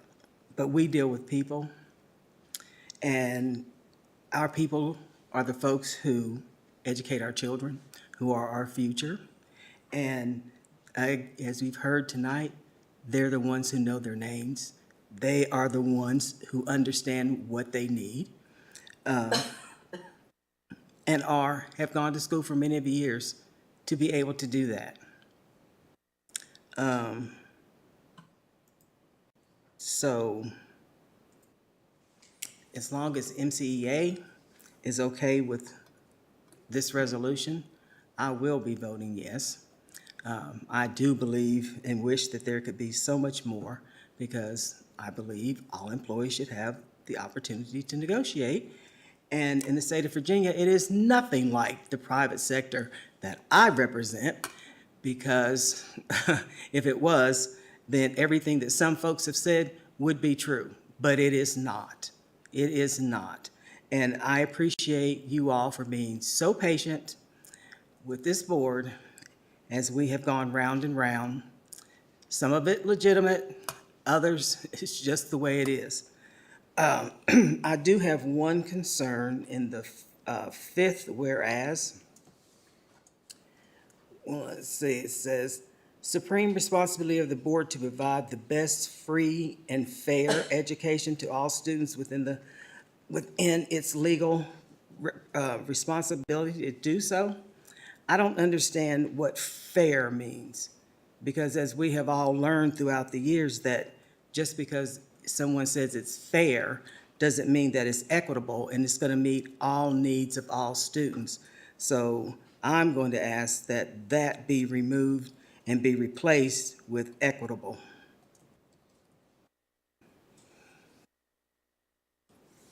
Finished for now.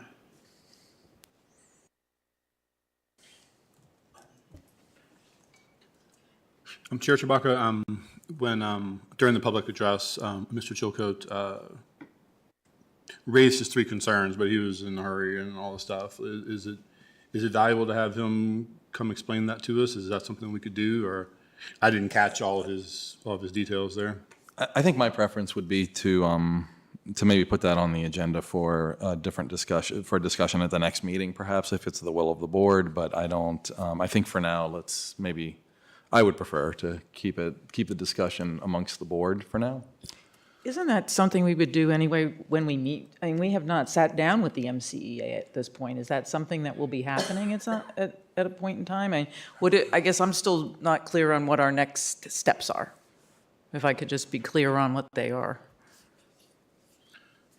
I think before you sit down to collectively bargain, you have to have a resolution that you agreed to collectively bargaining and that the MCA would be the sole representative of our employees. I'm sorry. I know you guys can't hear me very well. This is like an umbrella. And so once we've set the umbrella policy and that is agreed upon by the majority of the board, if that happens, then we will negotiate with them 1 year at a time about specific issues. Oh, I'm sorry, 3 years? Yeah, Okay. But Thank you. But there's only, I thought we had agreed, there was an agreement of only a couple of issues that were going to be included in the resolution, correct? We did. We put a limit on that. That's one of the things that Mr. Chilcote brought up as a concern. But we added things in there that we felt, the majority of the board felt comfortable with having as the umbrella. And then they would bring to us at least 2 under that umbrella. Did that answer your question? Well, sort of. I mean, I've been involved. I mean, last year I was involved in all the Yeah, I know. negotiations. So I mean, I'm pretty clear on all that. But I guess what I didn't understand was the piece where you, and maybe I'm just not comprehending that. We had an agreement, but then now we're going back to the attorney's agreement, and that I was not following. Because I thought we had the original agreement, and then we made some changes, and then we met with the attorney, and then we made some more changes, and we kind of whittled it down to a couple of items. But now it sounds like we're reverting back to the original? No, Bernie can explain. Yeah, I don't think it's the original. I think it's after that dialogue had happened in the fall. That's before I got here, so I can't really speak to that. But my concern was, as a school superintendent, and we had worked closely with the MCA and their leadership team to come up with some idea that's something that we thought was fair to both sides. But I wouldn't submit that to all of you or to the public without running it by the board attorney. That's my own comfort level. The board attorney's sole position is to protect the Board of Education. And I'm not a lawyer. I don't know legalese, so nor do I, try to act like I do. So I ran it by the board attorney to say, hey, listen, this is what we were thinking about. What are your thoughts? Please look it over. And after he reviewed it with his team, I think there was a point person who's no longer there that was on that the last time. I don't remember her name. He came back and said, well, we kind of worked this out already, what we think is in the best interest of the school board. So I'm going to send you this draft, and I think this is the one that's most protective of the school board, which is their job as the board attorney. And then that's when I shared that with Mr. Chilcote, and we both looked at it, we went over each part and said, it's not exactly what we said, but we both could live with it. And again, I don't want to speak for Mr. Chilcote, but that's, I believe, what we said, and to put it on the agenda to have this discussion. Right, so we're back to where we were in November. And that's when we were waiting on Dr. Bragan to come because of his experience. Right. So that's where we're at. So we're at that, okay. Yeah, and I think That's where I was a little. We're still there. That's where I was confused, because Well- when I went back in time, I was thinking, I thought we had gone forward. I didn't. Well, I'd like to think we've taken a step forward because we're This talking is a- about it publicly But this finally. is more forward, no backward. Yeah. Okay, just making sure we're going Yeah. forward, not backward.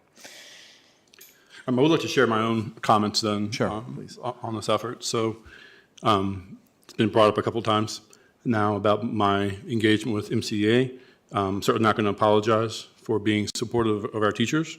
Certainly when I was running for school board, I looked for organizations and folks in the community who were equally supportive of our teachers, and certainly MCEA was there. I started my journey to the school board through PTSOs at the schools. And so along the way, certainly one of our primary focuses was teacher appreciation, right? Because didn't seem like teachers were getting a lot of appreciation, and they really needed the support of their PTOs, PTSOs. You know, I'm old enough to remember a day when our teachers were actually respected and trusted and believed when matters came up, right?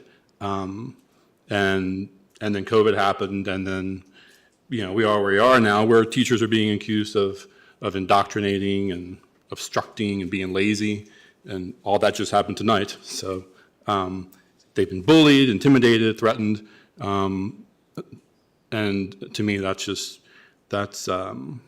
not right. And they've been treated more like healthcare providers than educated professionals. And we've also seen how one person in charge can create a toxic environment, right? And we are working now to clean up some of that and rebuild the trust that was broken as a result of that. Now, I think we have an awesome superintendent right now. He's going to do awesome things for us, and I'm super excited to work with him. But he's not going to be here forever, right? And I think this school board is very supportive of our teachers, and we're doing a great job of working together. But we're not going to be here together forever, right? We can pass all the policies we want to. Policies can change at the whim of other school boards. Policies get enforced differently by administrations. I think we have an opportunity here tonight to create an enduring process that will survive no matter who's in charge and who's up here on this dais, where our teachers can have a positive work environment no matter what happens. So I will definitely be supporting collective bargaining, not only to give them a seat at the table, but to also give them a voice at that table. I'd like to follow up on Linwood, oh, I'm sorry. No, go ahead. Go ahead. On Linwood's comments, and I'm glad you brought forward something I was going to say, and that is, I'm not sure we'd be in this place right now had Dr. Bragan been the person who was our superintendent, and we didn't have COVID also. I mean, a lot of things happened over the last few years, and I think everybody here knows that I used to be a teacher, and I'm an MCPS teacher, and so I'm extremely supportive of our teachers, and I understand the concerns they have, and I totally see how teaching has changed over the last several years. I do think that it's very unfortunate that I think a lot of what the frustration of teachers does come from how things were managed in the past. And it comes from not being listened to and not being respected and being told to do things without ever having any input and being the bottom rung on a decision chain. And being the last person to really, there's nobody left. You're at the bottom and there's no one left. And when I say teachers, I don't mean just teachers. I mean anyone who works with our students teaches them in some way, be it our bus drivers, our custodians, our cafeteria workers. They are involved in the education of all of our students in our community. But we are where we are, and yes, you never know who's going to be leading, and I have great faith in Dr. Bragan, and not just because he's from New Jersey, but because I think he is going to be a terrific leader for our schools going forward. But you know, none of us are going to be here forever, and I do think that it's good to have some parameters that allow the problems of the past to not occur again. And so I will support collective bargaining. I would like to make sure that there's certain areas I think we need to really be sure they're the right ones to be in there, but I do feel that I think this gives us a beginning. It's a start, and we don't know where it'll go, but I think it's a start, and it's worth. I think we have talked about this for so long. It's time that we move forward. Can I talk real quick? Yeah, sure. Okay, before I go home to write an essay. So I've said before that I'm going to college to become a teacher, and I'm not here to like argue because I don't know all the specifics. I'm not in your meetings when you're talking to like Mr. Chilcote and stuff, and I'm not a teacher yet, so I don't fully understand everything. But I'm just saying this as a student and as someone who loves my teachers. Even if I don't know all of the people out there, I still know that they all love and care about those children. And that's why I want to be a teacher. And I don't want you all or them to feel like you've turned your backs on them. I want them to know that you're listening to them and not just playing into some people that have money. Because I see how much we struggle with subs and teachers leaving. And it's because they're not treated well enough. And those people out there deserve the world. And if we just keep turning our backs on them and pushing like these simple things they're asking for out and out, you're going to lose more teachers and you're going to have less people to help, and it's going to overwhelm everyone, and it's just going to turn into more and more anger. So please, just as a student and as someone who loves these people out there and as someone who wants to be a teacher, I just want you all to listen to your teachers. And I know you have to go through some hoops to do that. And I understand that. But I just, at the end of the day, I want you to listen to the people that have gone to school for so long and who know these kids. Most of these teachers know us. They don't see us as just a number. They know us. I have done so much stuff on my teachers, but they are always there. And yeah, these are the people that have created the love for me to be an educator one day. So please just listen to them. All right. Thank you, Emma. All right, Marty, you want to go ahead? Okay, just some of my thoughts. I certainly believe, coming from corporate, that all employees deserve a voice in one shape, one way or fashion, and a voice without fear that transcends who the superintendent is.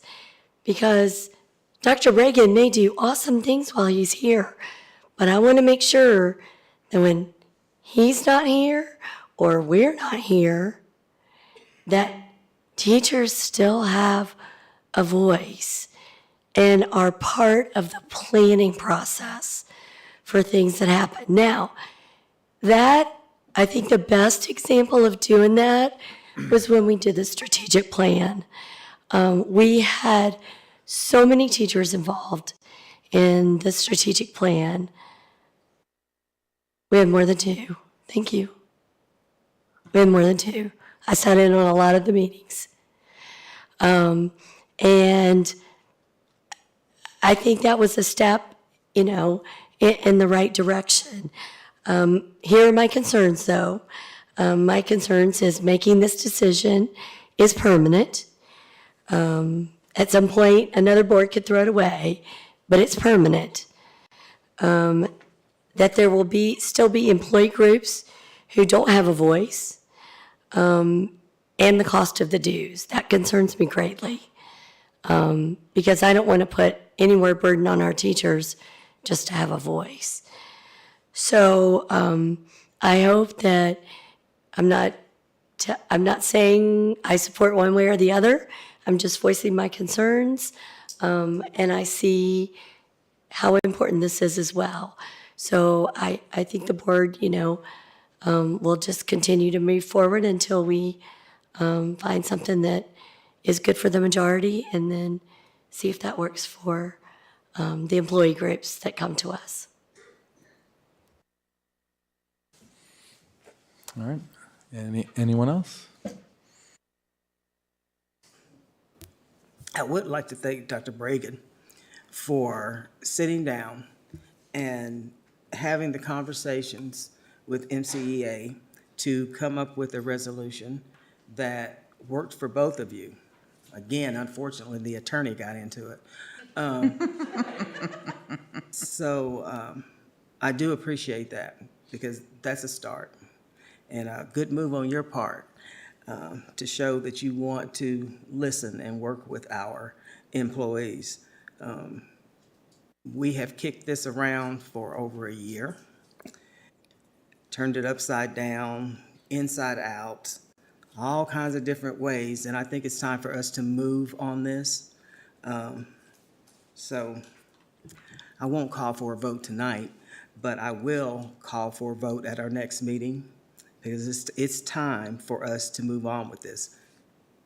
We put our 2 cents in for over a year, going back and forth with the attorneys, with everybody on this board, and it's time to move on it. If this is what you all feel, the attorney, and I'm willing to agree, because our two parties have said, with all the work that we've done, we're okay with this. I'm not really okay with it, but I'm okay with what we have in front of us, except for the word fair, public education. So I hope that this will be on the agenda at our next meeting for a vote. It's time to stop messing around. It's time to do things and get this done. Because it does not show that we are truly supporting our employees by just moving and kicking and I'm not sure and this and that. But we all say, well, some of you say, well, what does the attorney say? Well, this is what the attorney says. So it's time for a vote.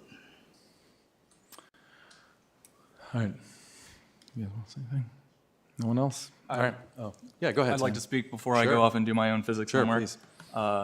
I'll mostly be seconding what Emma said. I also want to thank Dr. Bragan because I've been seeing this go through for a year now. It's been turned over, it's been turned inside out, and I am very excited that we are actually making progress on this issue now, and I'm excited that Penny is going to be calling for a vote next meeting. I hope you will all agree to vote next meeting and that a decision will actually be made with the one caveat that we listen to what Mr. Chilcote was saying about those 3 changes that he'd like to make before we vote on this issue. It only makes sense that we listen to the teachers in our schools. I can say with confidence that as a student, the people who by far understand my education, understand my educational needs best are my teachers. And they're the ones that know my names. They are the ones that deserve a seat at the table, and their seat at the table will not deny the seats of parents. It will not deny the seats of students. As you can see, I'm a student. I still have a seat at the table, and students' parents are still welcome to come to the public address. But teachers have a unique need and a unique perspective on the learning environment of students. And so this is a common sense proposal. I'm excited to see it enacted. All right. Thanks, Sam. All right, so seeing no other board members, I guess, that want to speak, I guess I'll give my maybe 3 cents on this. As far as the process goes, this is a legal matter, and Sue, to answer your question about what, whether we have representatives of the MCEA come before us to discuss this, that's what, like what Dr. Bragan said, that's what this resolution allows us to do. So because it's been a legal matter, it's something that we have spent a lot of time talking about with lawyers in closed session. We have not talked about this very much in public, and I think that that's something that needs to happen. And so I don't think that you can argue about whether we dragged our feet too much or too little or whatever last year while we were obviously had a lot of other things on our plate. But at this point, I don't see a need to overly rush things and, for example, call for a meeting, for a vote tonight or something like that.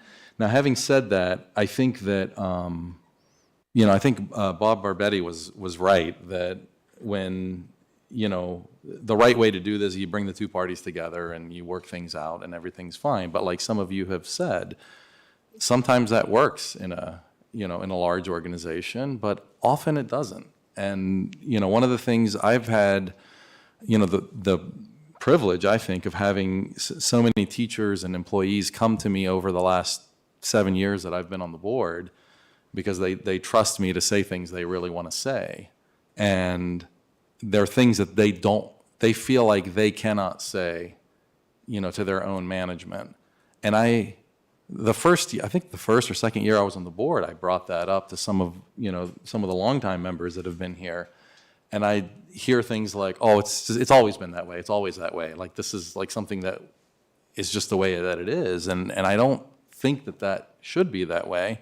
And I don't think, I think that the chances that you're going to get, as one of the speakers said, I think it was Kelly Brennan, the chances of getting an authoritarian administrative culture is probably high. And so I think that we do need something. I think it's unfortunate that it's called collective bargaining or unions, that it's brought into that same psyche of, the Teamsters and strikes and, what's that? Well, but I'm just saying it's not the same thing. And I think some speakers have even said that. I don't want to belabor the point, but it is important, I think, for us to say that there is no provision for striking in this. As far as I know, and somebody can correct me if I'm wrong up here, but there's no forced dues either. I think the MCEA as the bargaining body would be required to represent everyone who's voting, but I don't think that there's no requirement for employees to pay the dues. The employees may pay dues to be members of the MCEA if they choose, and they can get additional benefits through the MCEA that they currently get. So I think that's something that's been said that's not necessarily right. There's no handing over of control of anything. One of the things, and it's unfortunate, I think, that the public didn't see some of our deliberations, but one of the things that I really looked into and pushed to understand is what happens when you have an impasse. And I encourage everyone to read the resolution, especially some of the speakers that said some things that just weren't true. But when you have an impasse, there are mechanisms. I think there might be I think the current resolution calls for a mediator to try to help get through the impasse. But ultimately, if you get to the end of the whole process and there's still an impasse, guess what? It comes to us. It comes to the board. And we decide. So we're not giving up control of anything. So, I guess one could argue that, and I would probably argue that it's actually a pretty weak resolution. And I, if we had the time to have a public discussion, I think I might be talked into doing a little bit more. Maybe having a mediator that forces the parties to come to an agreement or something like that. But I'm also okay with it the way that it is. Attracting and retaining quality teachers is becoming more and more difficult. We keep talking about that. So this is a concrete action that we can take to signal to everybody, not just our current teachers that we support them, but to potential future teachers, to the Emmas of the world, to people everywhere, that we are a county that values them. And this comes back to jobs, and this isn't just for teachers. In any position, my work, your work, anything, people can put up with a lot of things that are not ideal. I wish I got paid more. I'm not getting paid what I'm worth. My benefits are no good, whatever, right? But there are some things that are just really, really, really important, and respect, I think, of your employer is number one. I think your working conditions is a second thing. And I think finally just having a say, feeling like people respect you enough to listen to you and take what you have to say from a professional point of view and apply it in that field, because that's why you got into it to begin with. So, I do think that I wish we could have a more honest public discussion about this. I realize that we are, we're a purple county. And we have people on the left and we have people on the right. And I really, I think it's a shame, again, that you didn't see the entire legal thinking and process for each member. But I do think that what we have right now is a pretty darn good compromise. If not, I think we could do a little bit more maybe even. But, I guess we don't live in the political environment where, where we're going to come together and everybody's going to support it. I wish that was the case. But anyway, so I think for me, the devil's always been in the details, and taking this as a framework and I think is good. I think looking over, there's a couple of spots that I think Glenn has pointed out, and at least on 2 of those, I think I agree with him. I'd probably like to have a discussion about the 3rd one. I think that page 3, what is it, paragraph B, I think, that lists the things that we can bargain over. I spent a lot of time on that and went back and forth, but I think I can support what's there. So, my preference would be, our next meeting is a work session. My preference would be to have another discussion at the work session to do any, small edits to give the public another chance to speak if they need to, and then I think we put it on the agenda to vote at the next regular meeting. That's my preference, if it's the will of the board.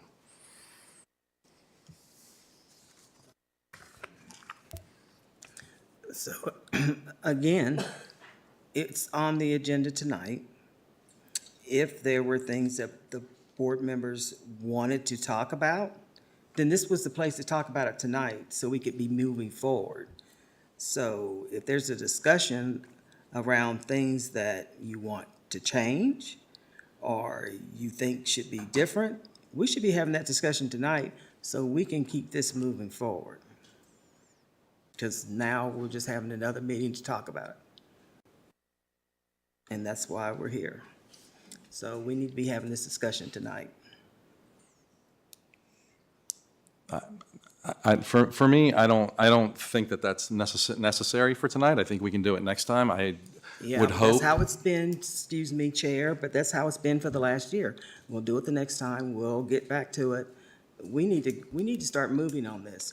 I mean, And we are. You wanted to have discussion on this at our last board meeting, and board members didn't even know that it was going to be something that you were going to talk about or wanted to ask questions about.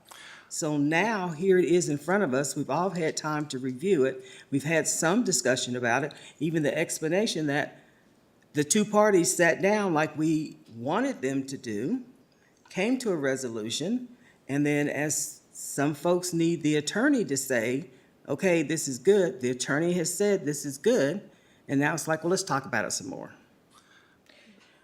Penny, I'd like to just make one comment, a couple things. One is, I don't think we meant to drag this out as long as it did, but it also, the concept of collective bargaining came up in February of 2022. And then in March of 2022, the whole concerns with our former superintendent came up, and from then on it was a never-ending meetings regarding search and doing all that. And so to those people out there, I am sorry that you feel as though it was being put off, but we were meeting in numerous meetings and hours of meetings on a lot of other issues and concerns regarding our former superintendent and the search for a new superintendent. But now that and then we decided that we wanted to we hired someone with expertise in this. So why not use that person's expertise to help us to move forward? He's done that. I mean, he started in December, and now it's the beginning of March, and I think, yeah, I agree with you, though, that I think it is time to move forward. But I'm not trying to defend myself but I do think there were a lot of extenuating circumstances in 2022 that really kept us all very preoccupied, and it was very hard to put our attention to this, because this deserves a lot of attention and a lot of thought, and not something that you want to rush into without really putting that thought into it. And I think we did, and we went back and forth and in circles sometimes, and that happens. But now we're somewhere. But I agree, it's time to move forward, and if we want to vote tonight, I'm fine with. I mean, I think all of us already know pretty much where we stand. So. I mean, I've telegraphed my vote at this point, so it's not a surprise. But I do think, like with most major things that we vote on, we do try to give it a first reading. This is the first time that our community has had a chance to see this thing and give any of us our thoughts and feedback, and I think we owe it to our community just as much as we owe it to the teachers. So, I mean, I'm fine with the chair's plan of following a fairly normal procedure of discussing at a work session and bringing it up for vote at the next open session. That's how we would do anything else, I would imagine, so. No, actually, it would be a first reading like it is tonight for a policy, and then come back for our next meeting for a vote. We don't normally vote at our work sessions. It's pretty rare. That's normally we don't, but that doesn't mean we can't.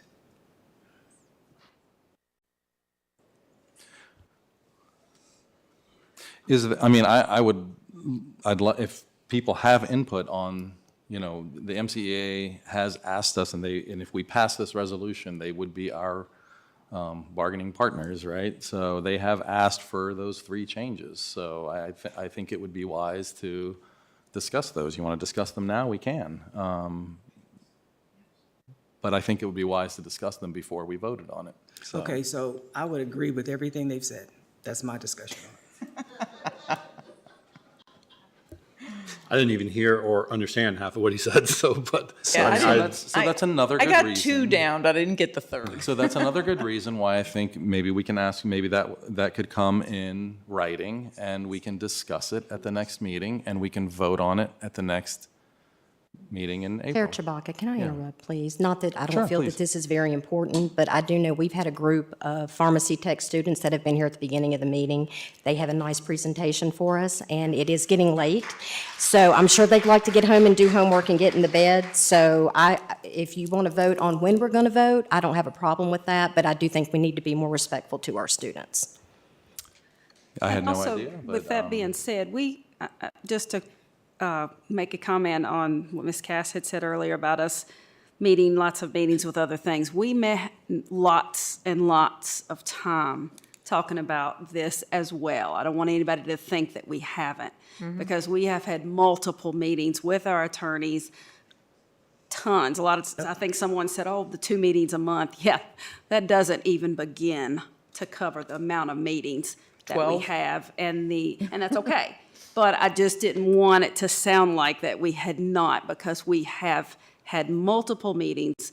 We've done lots of research and put a lot of time and a lot of effort into researching, trying to figure out what's best, looking and listening, talking to our attorneys. So I just wanted to make sure that everybody understood that there has been a lot of time put into this. Okay. And I didn't realize there was a student presentation on it. And Yeah, I didn't just either. to remind everyone on our updated policy on discussion, 2 minutes. So we need to try to get better at sticking to that. Jermaine. Didn't say a thing. All right. All right, so this will be on the agenda again. We're going to move on to the next item, which is the pharmacy Excuse me, technician program. Mr. Chair? Yeah. So be on the agenda to do what? Just so we're clear and there's no surprises, or we're going to wait for something else? What are we going to be, what's it going to be on the agenda for? We will, my expectation is that we will discuss any of the requested changes that we just heard about tonight, that they will come in writing, and that we will discuss them at the next work session, and that we'll put it on the agenda for the first meeting in April for a vote. No, I don't agree with that part, but thanks for the clarification. I didn't, I mean, if there's 4 members, then we can do it, but, all right. I won't be here. Pharmacy technician program update. So this is a presentation, and I see Mr. Husband coming up.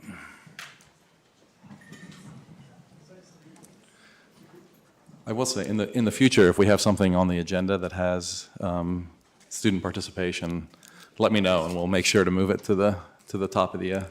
I saw it was a presentation. I didn't know Yeah. there was student part. I didn't know that. It was in the presentation that the students were going to be coming up and speaking about it. So we need to make sure in the future that Yeah, that anything needs to be clear. student-related needs to be put at the top of the agenda. That's what Mr. Chewbacca just said. Yeah, great. I Good agree. evening, Board Chair, members of the school board, and Dr. Bragan.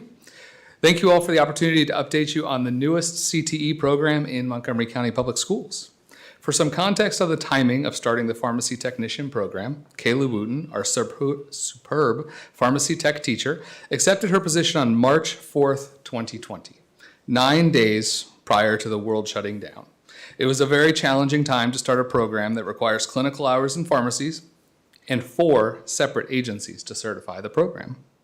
I am proud to say that Mrs. Wooten, the pharmacy tech students, and our business partners overcame all of these challenges to create a wonderful program for students. As you will hear, Pharmacy Tech provides a variety of opportunities for students. Graduates of this program are already working as pharmacy technicians, while others are pursuing additional education for a career in healthcare. Thank you all for the time to present this. Next up is Mrs. Wooten and her students. Hi, it's getting late, y'all. My name is Kayla Wooten, and I am the Pharmacy Technician Director and Teacher from Montgomery County Public Schools. Thank you for having us this evening. I'm excited to be here with you recognizing our fantastic program. When I was in high school, I completed a new pharmacy technician program and was able to use my license to help support myself throughout college. I have been teaching in Virginia for 13 years now, and I've lived in Montgomery County for 11 years. One thing that I know is how important quality healthcare providers are needed, and especially in our area.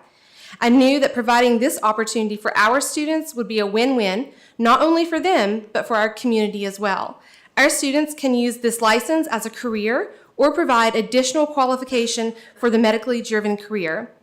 Getting to be part of Montgomery County Public Schools Pharmacy Technician program has been very rewarding for me. I am so proud of all of my students for the time and the dedication they put into completing this program. Hopefully, they'll look back just like I did 20 years down the road and be thankful that they have a license that will offer them support however and whenever they need it. I always say that they represent Montgomery County Public Schools and myself very well, and I'm thankful for that.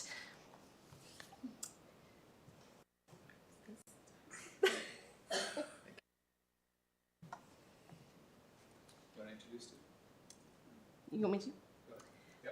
Okay, so we have several pharmacies with us today. And we have several graduated students with us, and we have several Pharmacy Tech 2 students with us, and a Pharmacy Tech 1 student. So up first, I have Brandon Crozier from Christiansburg Pharmacy. He's going to say a little bit.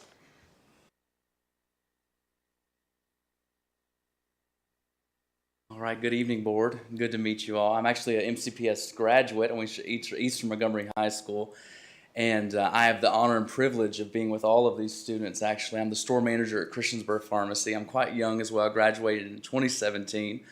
But what I strive to tell these students with this program is you can take a tech license and you can go far above that. As far as we go, I'm equal with them as I'm just a pharmacy technician now. The program wasn't offered when I was in high school, but I'm the same as they are. But I was able to take just a simple license and able to become a store manager. Actually, I got promoted 3 separate times and was able to make a career out of this. And it actually can take them far beyond just what a technician would have it to be. So I just want to thank you all for giving the opportunity for them to do this program. They're wonderful students. They do a great job. It's great to work with you all. We work with Pulaski County as well. And it's just a phenomenal program. So we thank you each for your participation in this and how you support the school. So thank you very much.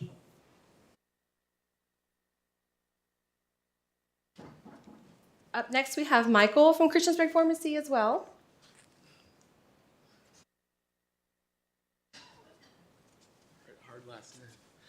Hi, I'm Michael Quinones, and I'm a Blacksburg native. I'm the CEO of Blacksburg Pharmacy, Christiansburg Pharmacy, Shawsville Pharmacy, Giles Pharmacy. We're not creative with our names. So I want to thank Kayla for all her dedication and her hard work to the program. She's done an amazing job. She's been very attentive to our needs, to the students' needs, and I'd like to thank the students. Jalen, Charity, Hannah, there's many more. Thank you all for taking it seriously and for your interest to learn and grow in the healthcare field. We appreciate it. And then I also want to thank the board. Whatever you all did to make this happen, thank you very much. Whatever you have to do to continue this partnership, thank you very much in advance. As a locally owned small business, the program has contributed largely to our success, and more importantly to the well-being of the NRV. So thank you. Up next, I have Andrew Wooten would be my husband, is also has a pharmacy.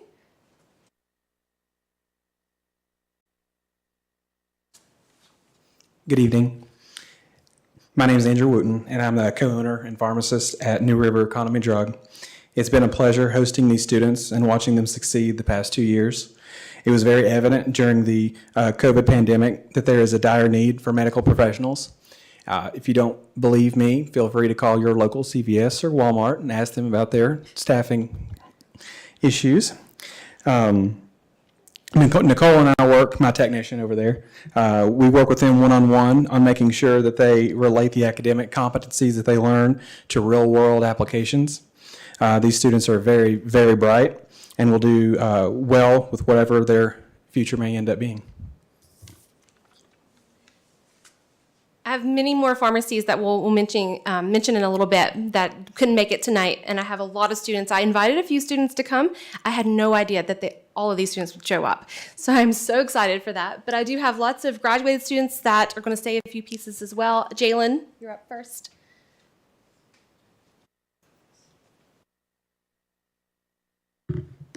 Good evening and hello. My name is Jalen Coleman. I'm a former graduate of Christiansburg High School and a completer of the Pharmacy Technician program of Montgomery County Public Schools. This program kickstarted lots for me as a 17-year-old freshly graduated from high school. I was able to be employed with Christiansburg Pharmacy as a trainee early on in my senior year.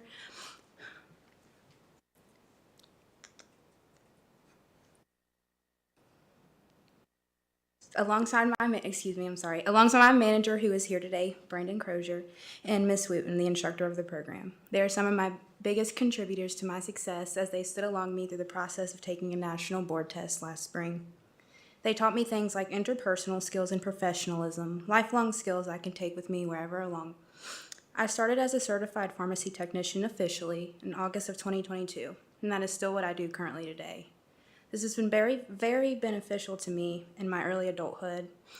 I am grateful to work along some of my amazing coworkers that are here today, and again, my store manager. I can't thank you guys enough for the opportunity to build within myself. I will always be grateful for this experience. Thank you so much again, Ms. Wooten and Brandon. Ms. Hannah.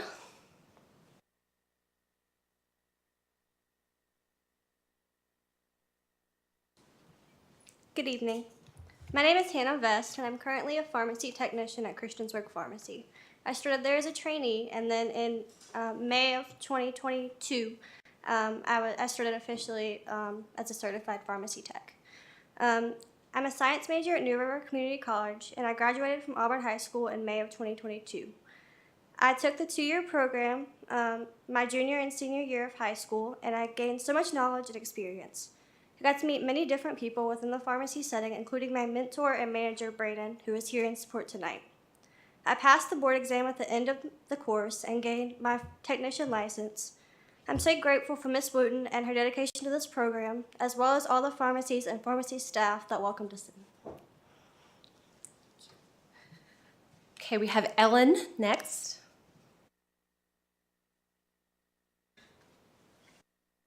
Hi, my name is Ellen Warden. I graduated from Christiansburg High School in 2022. I am a certified pharmacy technician and a graduate of Ms. Wooten's Pharmacy Technician program. I want to take a moment to thank Ms. Wooten, all of the technicians and pharmacists and pharmacy staff that have helped me on my way to certification. Let's see. Throughout my 4 rotations, 130 hours of pharmacy experience, and many hours of studying, Ms. Wooten has always been there to help me and encourage me, and made every possible move to help me succeed. I now have a very wonderful job at Kroger Pharmacy. My manager is Melanie Blankenship. She's very wonderful. She's helped me even along the way. She gives me flexible hours, I have a reliable wage, and I have the ability to learn more too. They're actually pushing me to go to pharmacy school to become a pharmacist. This program not only showed me how to become a pharmacy tech, it also showed me how to be a professional and eager to learn employee. I want to thank you all for recognizing this program, and I really want to thank Ms. Wooten for not giving up on me and preparing me for my future. Thank you. Okay, I have Casey.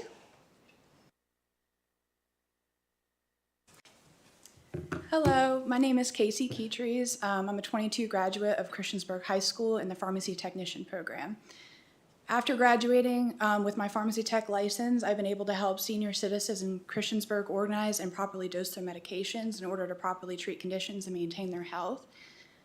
Exposure to the healthcare environment as a result of this program led me to pursuing a career in nursing at NRCC starting this fall. The pharmacy technician program provides Montgomery County students with the opportunity to work in a professional setting and gain experience in the healthcare field. Supporting this program helps the community receive the healthcare it deserves. Thank you to the school board for listening to us today, and thank you to Ms. Wooten for doing such an amazing job on the program. I have John next. Hi, my name is John Tibbs and I live in Christiansburg. I am currently a student at New River Community College thanks to the ACE program offered by Montgomery County. I have already been accepted into the ADN program at NRCC. When I graduated high school in May of 2022, I graduated with a CNA license and a pharmacy technician license, both that I got in my senior year. If it weren't for the pharmacy tech program, I would not be where I am now. And the help of Miss Wooten, I cannot forget to mention that. This program has affected me by giving me an advantage upon other nursing students in pharmacology. I have been offered many well-paying jobs by local pharmacies, hospitals, and other companies. The Bureau of Labor Statistics projects that there will be a 5% growth of pharmacy technician jobs within the next 10 years. That is over 22,000 jobs within 10 years. I know that myself and my fellow students, previous and current, will never go without jobs. It makes me very proud that Montgomery County Public Schools will put forth the initiative to not only provide students with the opportunity to not go to college, but to get a job right outside of high school. These programs put forth many valuable jobs into the workforce and economy. These programs also show valor and courage within the county to take such steps to provide many CTE programs that and still have high student academics. And that is all. Thank you, John. You're welcome. I have several Pharmacy Tech 1 students that are also here. Do what? Pharm Tech 2, I'm sorry, it's supposed to be Pharm Tech 2 up there. It is Pharmacy Tech 2 students. Yes, and so I first have Charity Spencer. Hello, everyone. My name is Charity Spencer, and I'm currently a senior at Auburn High School. This program has given me the tools to be a great asset to my job wherever I pursue in the medical field. It has also allowed me to work a job I love at Christiansburg Pharmacy alongside the best coworkers and amazing bosses, Brandon Crozier and Michael Q. Miss Wooten is an excellent mentor and friend, and we are all so lucky to have her. I would highly recommend any high school student to go through this program. Thank you all for your time and dedication into this. Thank you. All right, Miss Kaylee. Hello, my name is Kaylee, and I'm a senior at Eastern Montgomery High School. I'm currently completing my 130 hours at Christiansburg Pharmacy. This program has been a great opportunity for me to learn and get real-life experience in the pharmacy. This program has been helpful to me by getting me used to how working in the medical field will be. After I graduate, I plan on using what I did in this program to be able to work as a certified technician while I'm in college. Thank you, Ms. Wooten, for being one of the best teachers with always helping and working hard for us. Thank you. That's going to make me cry. Okay, so I have Katie Pfizer next. Good evening, ladies and gentlemen. My name is Catherine Pfizer, and I'm currently a senior at Auburn High School. I am a Pharmacy Tech 2 student, completing my 130 hours at Christiansburg Pharmacy. I have taken Pharmacy Tech 1 and Part 2, and have had good experiences at Davidson's Pharmacy. This program has been an excellent experience for me because I have learned a lot to help me grow, and so I can pass the PTCB and become a certified pharmacy technician. After graduation, I plan to get a part-time job as a pharmacy technician in the future, or becoming a nurse, and then a year later join the Army or military. Thank you. Thank you. All right, I have Jordan next.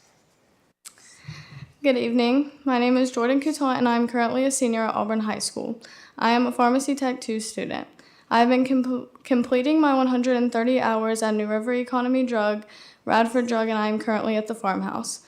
This program has helped me in many ways, one being blessing me with an outstanding teacher, Miss Wooten.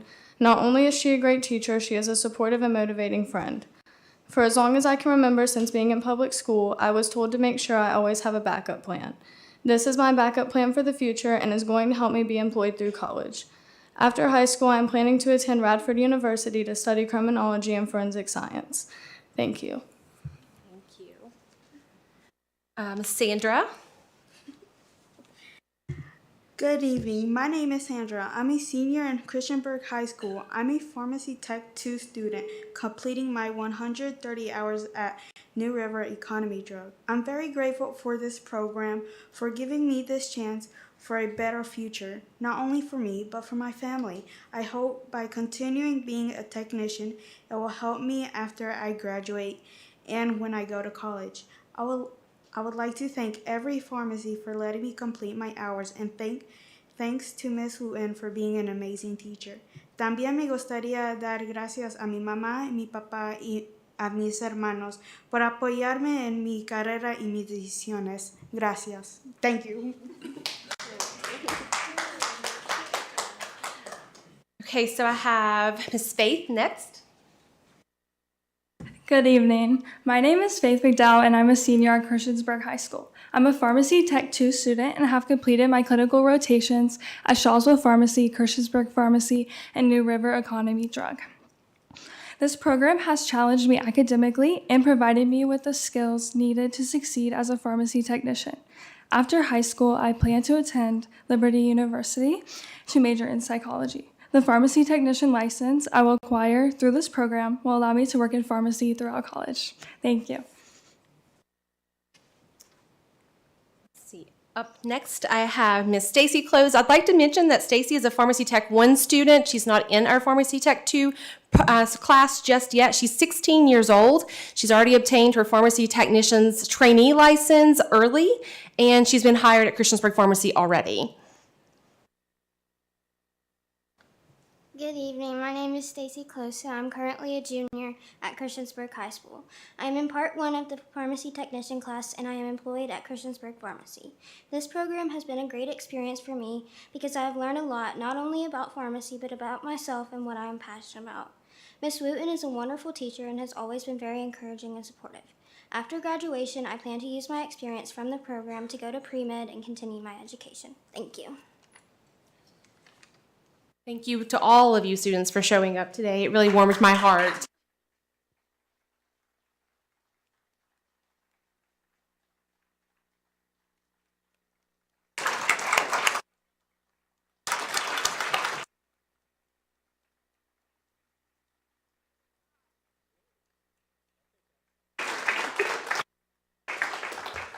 Our students did an outstanding job of telling the story of the Pharmacy Tech program. We do want to fill in just a couple of those gaps that Ms. Wooten and I will go through quickly. The students referenced a number of things in the Pharmacy Tech program. It's important to note that during the process, not only did we get approval from the Virginia Department of Education, but also we're registered with the Virginia Board of Pharmacy, registered with the PTCB, and applied for accreditation with the Industry Accrediting Board. While Ms. Wooten was going through that, and she has now been recommended for full accreditation, Christiansburg High School, or the Montgomery County program, is the first program in any high school in Virginia to be recommended for full accreditation.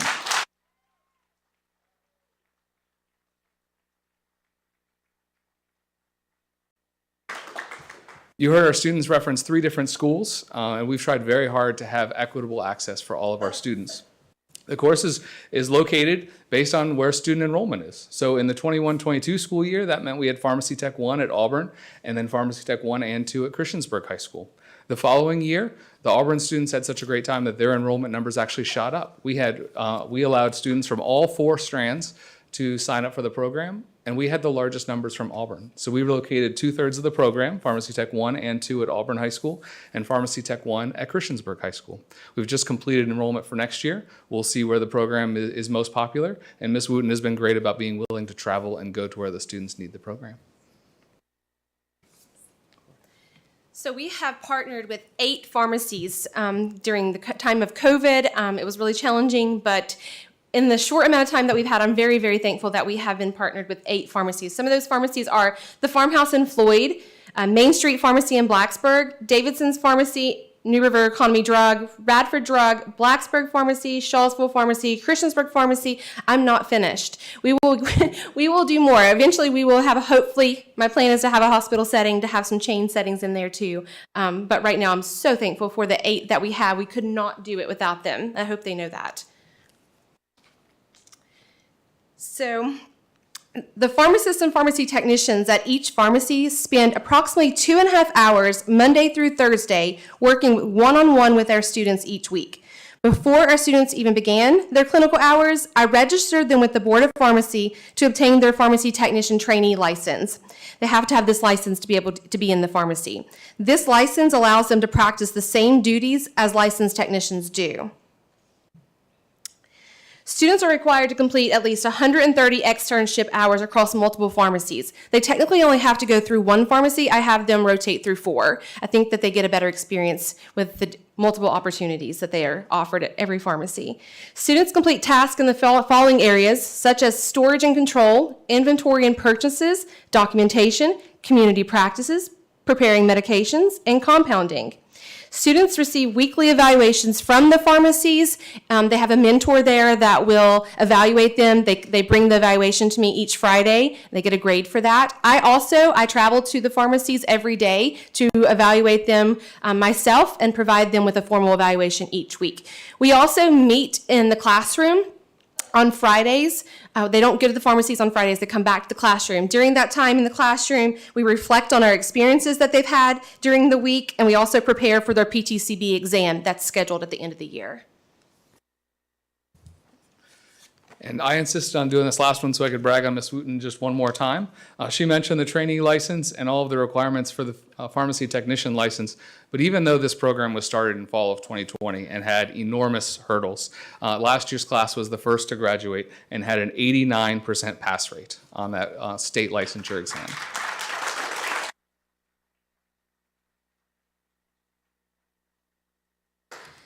So I have to say, when I stop in our local pharmacies, it's very rewarding. It's a very rewarding sight to see so many of my students employed and serving our community. I walked into the pharmacy one day, they literally took a selfie. I spoke with Brandon today, and he was like, "My staff is at your meeting tonight."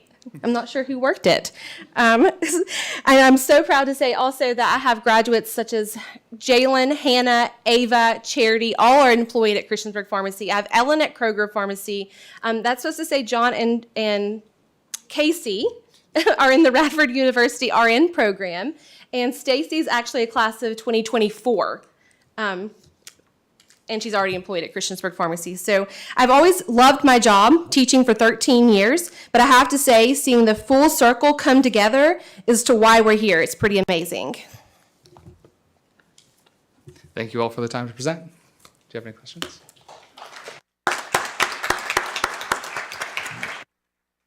Thank you to the board, and thank you to the students and to their parents. I really appreciate you all. So, And you, Mark Crispin. how many total students have we had go through the program? Question. Last year we had 9 that graduated, and then this year I have 9 at one school and 10 at another. So I don't know how total that is, but that's how many we've had in 2 years. A number of those accrediting agencies limit the size of the classes because Ms. Wooten does have to travel and they have to be in pharmacies for so many hours. Well, I'm just so thankful because when you last couple of years gone to some pharmacies and they're closed because there aren't enough people to man the pharmacies. And so it's so happy to see you all here and meeting the needs and helping our elderly folks make sure that they're getting their medication and going into nursing and psychology and all the other stuff, and taking advantage of the ACE program to help you get there. I'm just so happy to see you. Yes, I'd like to just say I sure wish this room was as full earlier that could hear all this positive, because we only hear the negative things that come out of our school systems. And wow, this is just amazing. And I'm blessed to get to know some pharmacists, and I do know what a struggle it is for pharmaceutical work. And thank you all. I'm so proud of each and every one of you. To hear a CNA and a pharmacy tech, wow. I mean, that's just amazing. And I just can't commend you guys enough. And thank you guys for working with them, because I know how hard it is to try to do a job and also help and tutor and help learn. And that's what we need. And it's a hard job to do that. So thank you all. And thank you, Ms. Wooten, because that's, we understand just how hard it can be and coming out of that. But, thank you guys for coming out tonight too. And parents, appreciate it. Be proud of your kids, because they're our future. And these children have gone above and beyond. So thank you so much. Again, thank you, Ms. Wooten, and thank you, Mr. Husband, for bringing this to us. I'm just going to echo Ms. Bond and Ms. Franklin. Ms. Wooten, thank you so much. You're amazing. It's a very, to hear these students talk about you in the way they do, it should be, how humbling is that? We're very blessed to have you. Thank you for all you've done for these students. Thank you for our businesses. We could not do this type of CTE program without you. You are vital. I can't thank you enough. I know it's been a struggle for you guys too, but thank you for your patience tonight and for hanging in there with us, but we really do appreciate you. You guys, I am so proud of each and every one of you. Some of you I know personally. This is just amazing. You guys should be super proud of yourselves. You hold your heads high, and you keep doing the great stuff you're doing. And Mr. Husband, thank you for pushing this. And I'm just happy this board could be a part of implementing these programs now to get our kids ready for after high school, whether they go to college or want to step into a career. It's just very humbling and honored to see this happening before my eyes. So thank you all very much. Appreciate you.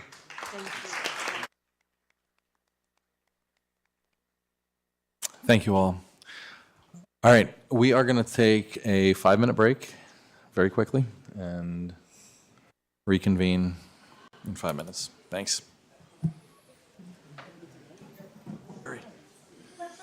We're going to clear out.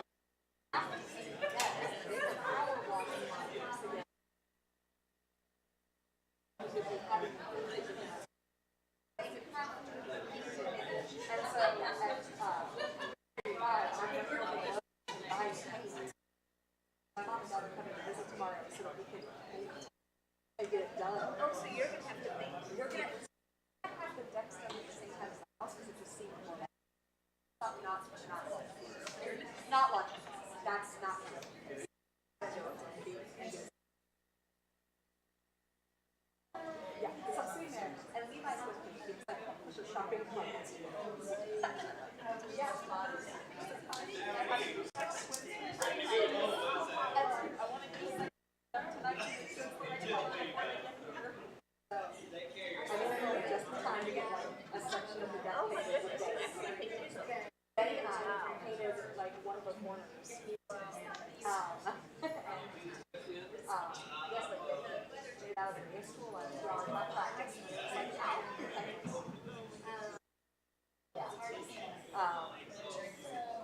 Again,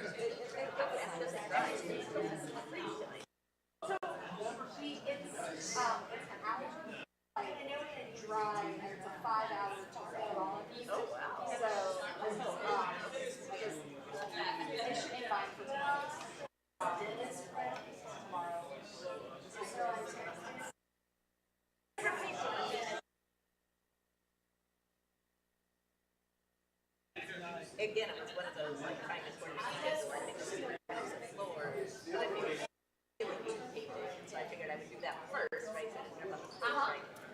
And so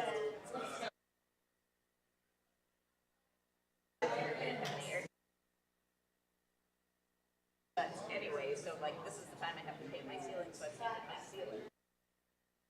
And but it was like exceeded the temperature. You know, I mean it wasn't like 130, but it was like it was, you know, 85 or something, and then, you know, you're not supposed to base above 78. You're like, who knew, right? I mean, it's not. But it came home and just sheets of it like peeled off the ceiling. It was horrible. Oh my God. And I've never been able.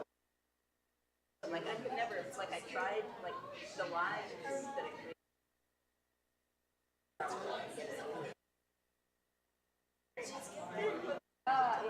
when I first temperature requirements of the things. So it's just not that section. Oh, nice. So it's just it's not a it is actually super dry even by the time we left. Yeah. So is it like a textured paint or a neck surface, or do you put sand on? So for any of the for all the steps, I just have sand. I wait till I put on the bucket. And then there's a section where to get the door out, everything else is just flat. But it's flat, and so it's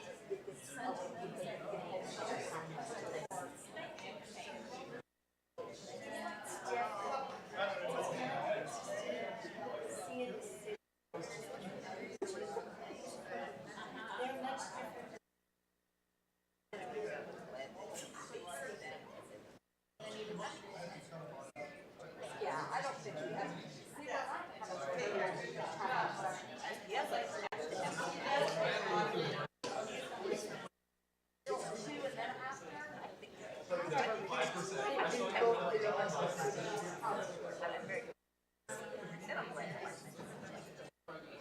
it's one more. Yeah, I like that was like fun. When we should I explain it. It's like, no, that's not just your first. Yeah, you just like figure out like.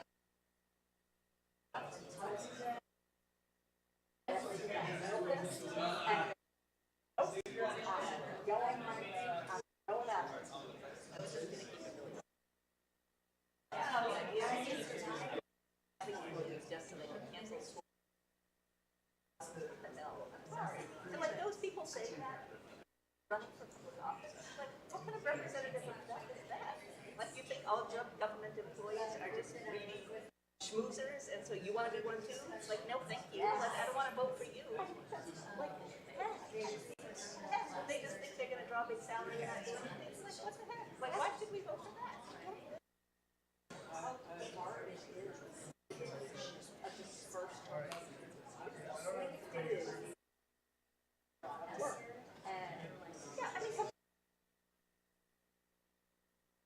No, I have not met one. We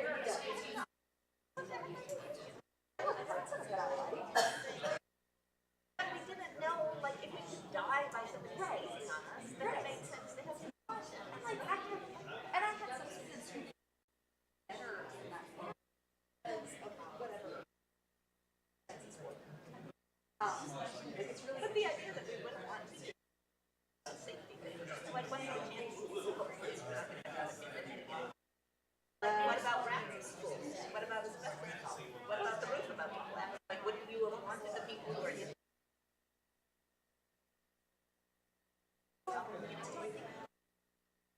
Because I think it's very much the Austrian.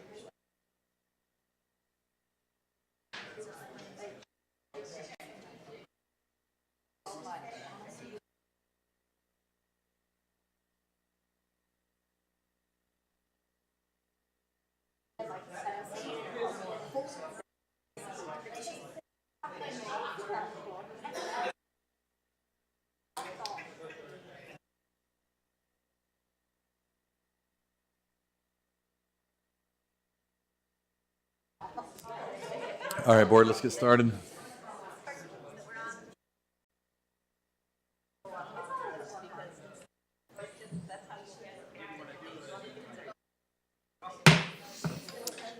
All right. Next item on the agenda is the Equity Strategic Plan Report. I'm back. All right. I didn't call you. Wow, I really hate to follow that last presentation. Yeah, any presentation that involves students are the best ones. And I think I would have brought my students tonight that are related to this presentation, but I hope they're in bed. I hope they are. So I wanted to say good evening to you all. Good evening, board, chair, Superintendent Dr. Bragan. I'm here to present the update for the strategic plan. And the focus for tonight is the equity portion for pre-K, preschool. So as you can see, our results statement is to expand the Virginia Preschool Initiative VPI and local pre-K program to increase the number of students being served. And our first action step here was to collaborate with the Early Childhood Network of Early Childhood Agencies to expand VPI providers and increase access for all 4-year-olds. This is actually in progress because it's constantly ongoing. I, as a preschool administrator and at times the parent engagement administrator, we participate and collaborate with the ongoing meetings with the Early Childhood Network and also the Ready region of the United Way of Southwest Virginia. We meet monthly on the second Wednesday, so we have a meeting actually tomorrow. Through the Ready Region Coalition, we meet quarterly, and this year we've already participated in a self-reflection survey and received results from that in September, and that is for the whole New River Valley. We've created and participated in the New Birth to 5 hub.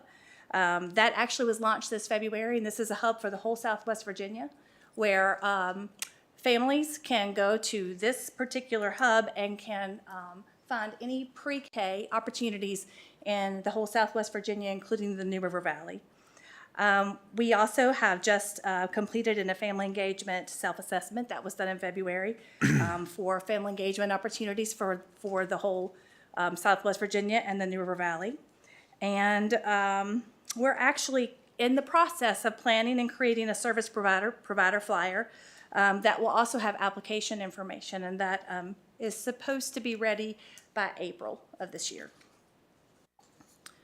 Our next action step is to coordinate through the Early Childhood Network of Childhood Agencies, a parent school readiness resource using VDOE guidance. We completed this actually last year, year 1, and we have the readiness flyer here linked. We have this flyer in English, Spanish, and Arabic so that we can communicate that to all of our high flyer languages in the community. The next action step is to use the same network, the Early Childhood Network of Childhood Agencies, and other services such as mental and physical health organizations and providers, and local social services department to distribute a parent kindergarten readiness resource and an outline of the VPI program available to MCPS and the application process. This project is also still in process. We are working on that currently. We have right now, we have a group that has worked to create a form, and organizations in the New River Valley are updating or submitting information into that form so that we can gather information for this flyer. We are also, like I said, the new Birth to 5 hub that was just launched in February will also be a resource that we'll be able to put this information on the hub. And this hub is reaching thousands of people in the area. The next action step is to expand the VPI recruitment procedures to include social media contact. That was completed also year 1 last year. So I work very closely with the Director of Communications and Community Relations, Brenda Drake, to advertise through social media. And we, of course, we make sure that the information is secured on our social media Facebook site, our Facebook and our Twitter page, and we get that out and we try to launch that sometime in February, where our applications are usually ready to roll by the end of January. We also ensure the application information is put on a flyer, and we send that home and distribute it through report cards and through Peach Jar, and that's usually done in March. Of course, we always have ongoing efforts, and we're constantly including this information through social media throughout the school year. This next action step says to align with state guidance to increase the number of students served in each four-year-old classroom and the number of VPI providers. We are in process of this. This is always ongoing. So as the administrator of preschool, I am always keeping knowledgeable about the state guidance and the state legislation, and I work with school and community to help expand our four-year-old program. We have partnered with the United Way of Southwest Virginia, the Ready Region, and we've expanded our four-year-old program here in the New River Valley through the Mixed Delivery Grant. We've actually been able to expand this through more than 50 slots of additional preschool students in our local provider locations at Rainbow Riders, Valley Interfaith Child Care Center, and Virginia Tech Child Development Center. We also are partner with the New River Valley Community Head Start to provide a blended four-year-old program at Margaret Beeks, and in that program we have non-VPI students and non-Head Start students in that program. There's always ongoing collaboration, meetings to look for opportunities for partnering and blending funds to expand our classrooms. And right now we are currently looking at possibly expanding and adding another classroom at the Auburn community, at Auburn Elementary School. We're hoping that the budget can come through for that, and that's going to be really helpful for that community because they do have a lack of preschool programs in that community. And I participate in ongoing VDOA meetings and webinars for VPI coordinators so that I can keep abreast to anything that's going on and any new initiatives that we can use for expansion. Our next action step is to assess the feasibility of participating in the VPI three-year-old pilot program. We did complete that in year one. We did a feasibility, and what happened with that, we conducted a three-year-old program interest survey with 79 interested responses, and we went ahead and we applied for the three-year-old spots, and we were granted 45 slots last April, 22-23. We were not able to actually move forward and continue those classrooms because we did not have the local match in our budget last year. So that was a barrier. We're still looking at possibly trying to look at that for the coming year, 23-24. Keep in mind that transportation is always a big barrier when it comes to three-year-olds. Three-year-olds have to have 5-point harnesses while they're on buses, and they have to have an additional employee on the bus, an aide, to be on the bus with the bus driver. The 5-point harnesses aren't really anything that's keeping us from moving forward. That's not a big deal for us to be able to purchase. The big deal is getting employees for the school buses. So that's also something that we're looking at. So this next action step is to conduct a division-wide four-year-old pre-K program needs and cost assessment. That includes identifying the number of students who qualify but are not serviced by existing VPI four-year-old program, to look at resources needed in classrooms for such as classrooms, teachers, and curriculum materials, etc. Identifying the number of students who would be served if all four-year-olds were included in a pre-K program, and the resource needed to serve all MCPS four-year-olds. We did this needs assessment last year. We completed it in year one. We conducted a needs assessment and cost assessment to look at how we could expand this program and look at it as to serve as many of our four-year-olds we can possibly serve in Montgomery County Public School. And that needs and cost assessment, like I said, was completed in April of 2022. Okay, so that is the update for the strategic plan for preschool. Are there any questions? It seems to me that, I mean, we've gotten some of these other presentations and some things, all your stuff is either completed or in progress, which seems to be a good sign. I mean, I know we've gotten other presentations from other groups where I think obviously there was more money needed, and and that didn't happen. Is that because of state funding and state? Part of it is local. So state will give us an amount per pupil per slot that we apply for. Okay.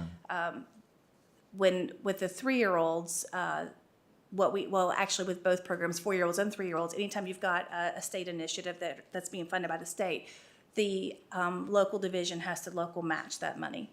And last year, for instance, we had another struggle with our budget season, and we did not have that local match in our local budget so that we can move forward for those 45 additional 3-year-old slots. So that is something we are looking at this year. We are looking at avenues that we can maybe do that. Okay. I know every year it changes, but do you have an idea of how many 4-year-olds in any given year, an average, that we could possibly serve in Montgomery County if we had the funds and the personnel and places to have the programs? Yeah. Right. I was waiting for you to say that one. Right. So a barrier is also the actual location to have the program. Well, with funds, it could be endless. With funds, we don't have to follow the state guidelines or the state qualifiers because the VPI program is a low income-based program. So the families have to actually qualify for low income to be part of that, or they have to show some other at-risk quality. We do have several students on our waiting list, though, that we could accept into a program if we had the space, if we had the slots, and if we had transportation needs. Right now, we serve 173 VPI students. Of course, when we have 9 additional Head Start students, and I did talk about the mixed delivery, we have over 50 mixed delivery students. If we are able to serve Auburn next year with that additional classroom, that would give us 18 more students just in that community. We do have some buildings that have some space, and I do want to pursue looking in those buildings in those areas first for adding additional classrooms. But we're kind of limited to space when it comes to some of those Blacksburg schools, such as Harding Avenue, Gilbert Linkus, even Margaret Beeks. It has a pre-K room, but we're not able to expand there because of space. So that would be our biggest barrier. And the slots that we get. And the slots. The state gives us the slots for 4s, and then we apply for the slots for 3s. When the state allocates our slots, then we apply for what we want to take, and we normally take all of them. We usually do not hold any back. We try our best to take them all that the state has given us.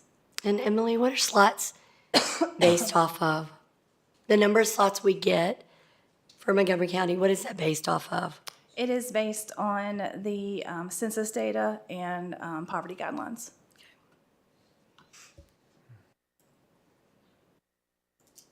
So it's a lot of it is state driven, but it's also budget driven as well. It's a little combination of both. Thank you for all your hard work with this. Thank you. I want to see it grow, so I hope we can continue to add more classrooms. Thank you. Thank you. All right, next item on the agenda is the preschool curriculum adoption.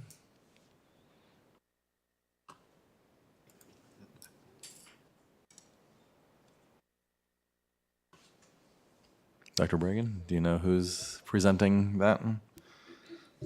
Oh, I'm sorry. Yeah, no, I'm sorry. This is a first reading, I guess, of the adoption. I'm here for questions if you have any. Okay.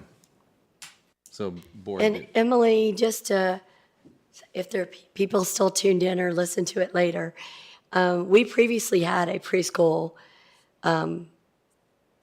curriculum. And that was even during the pandemic that we adopted a new preschool curriculum.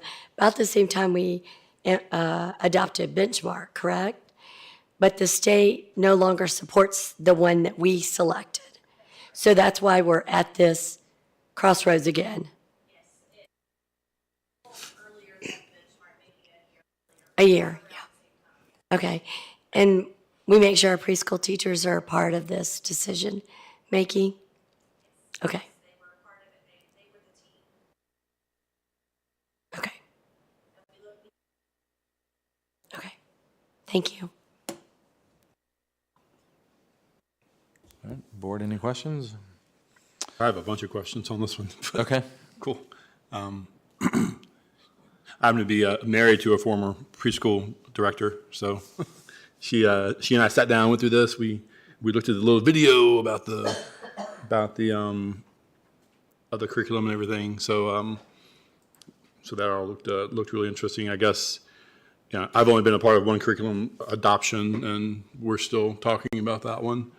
So got a couple questions that just I didn't know to ask last time, but I guess in terms of the review process, for parents or anyone in the community, like how was that presented and handled, or was there one?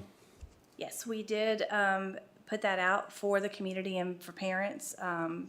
We put it on our website and let them know that it was on site at the school board office for them to come look at the curriculums. We had all 3 curriculums out for them at that time. And then we also posted links, informational links for every curriculum that we were looking at. And we added that to the website, and we gave them about 2 weeks to overview before we brought the selection team back. And we did not receive any responses from the community. Was it only posted on the website? It was posted on the website, was it? But was it only posted on the website? Was it also shared through social media or anything like that?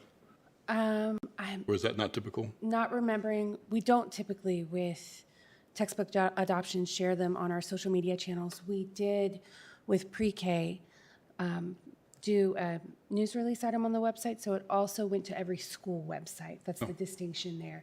So that's a container that we can put something in one time, and then it will propagate down to the, so it was on the division site on the homepage. So there is a textbook adoption page where the information is, but we also had it on the homepage of the division site and on the homepage of every single school site.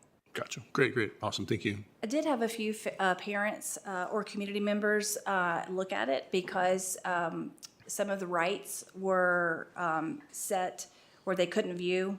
That was my fault. And they had to ask for the rights to view. So I had to go in and change all the rights. So I know that we had folks looking at it because I did have to change the rights so folks can get in.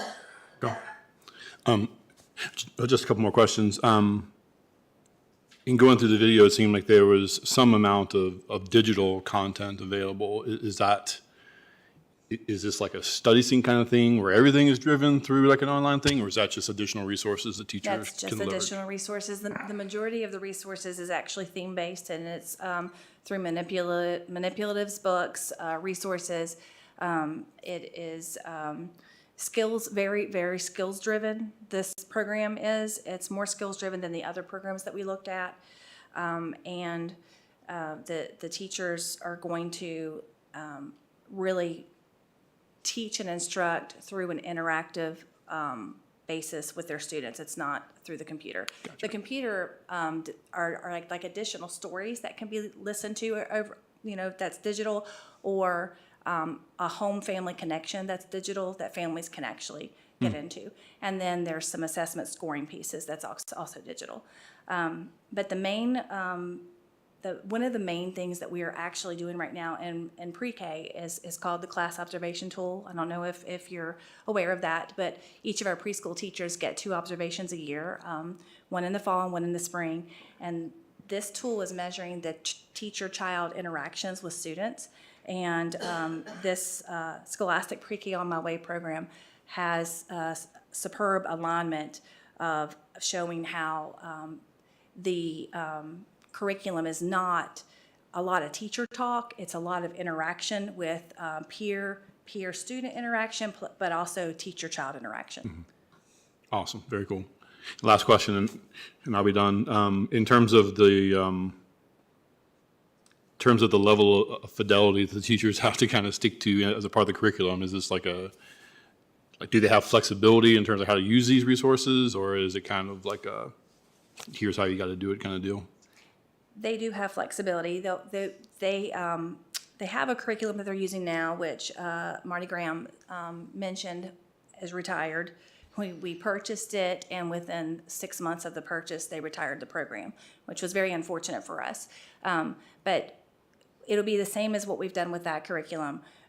We receive lots of instructional resources from the State Department. One is called Stream 3 that we are looking at participating with, and then one is the Early Childhood Educational Hub. And through those resources, and also there's a My Teachstone site, which is where they receive lots of ideas for the interaction tool that they're measured with. They can go to all of those resources and then embed that within the curriculum that they are using. Okay. Great, thank you so much, I appreciate it. Any other questions? Okay, thank you so much. Thank you. All right, next item of business is a school safety survey. I believe we have a presentation from Mr. Garrettson.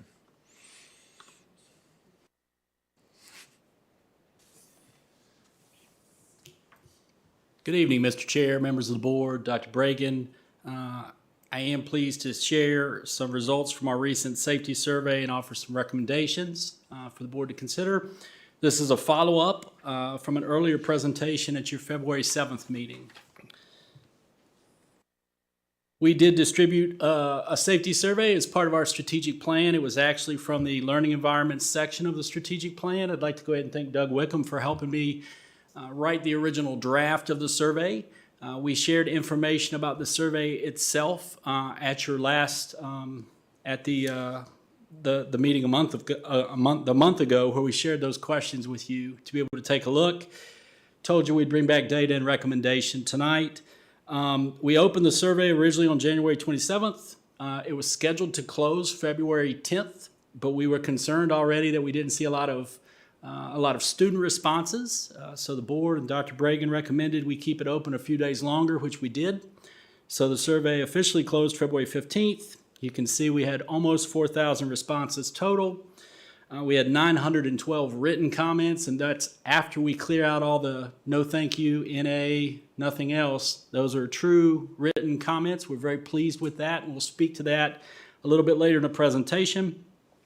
The efforts to include students paid off. 1,740 students, 45.9%. We really want to thank our secondary administrators for really pushing those last couple days to get some student responses. 1,417 parents or guardians responded, 563 school-based staff. I think it's important to note those are individual employees who associate themselves with a specific school. I'm a principal, I'm a classroom teacher. We also have 71 other employees, other staff members. That could include bus drivers, that could include central office folks who typically are serving all schools and don't just count ourselves as just a part of one building. And then additionally, 45 community members. That could be a grandparent, that could be a member out in the community who maybe has an interest in safety because of their background, or it could be just like some of the folks who came up and spoke tonight, concerned citizen who want to express themselves in terms of schools in their community.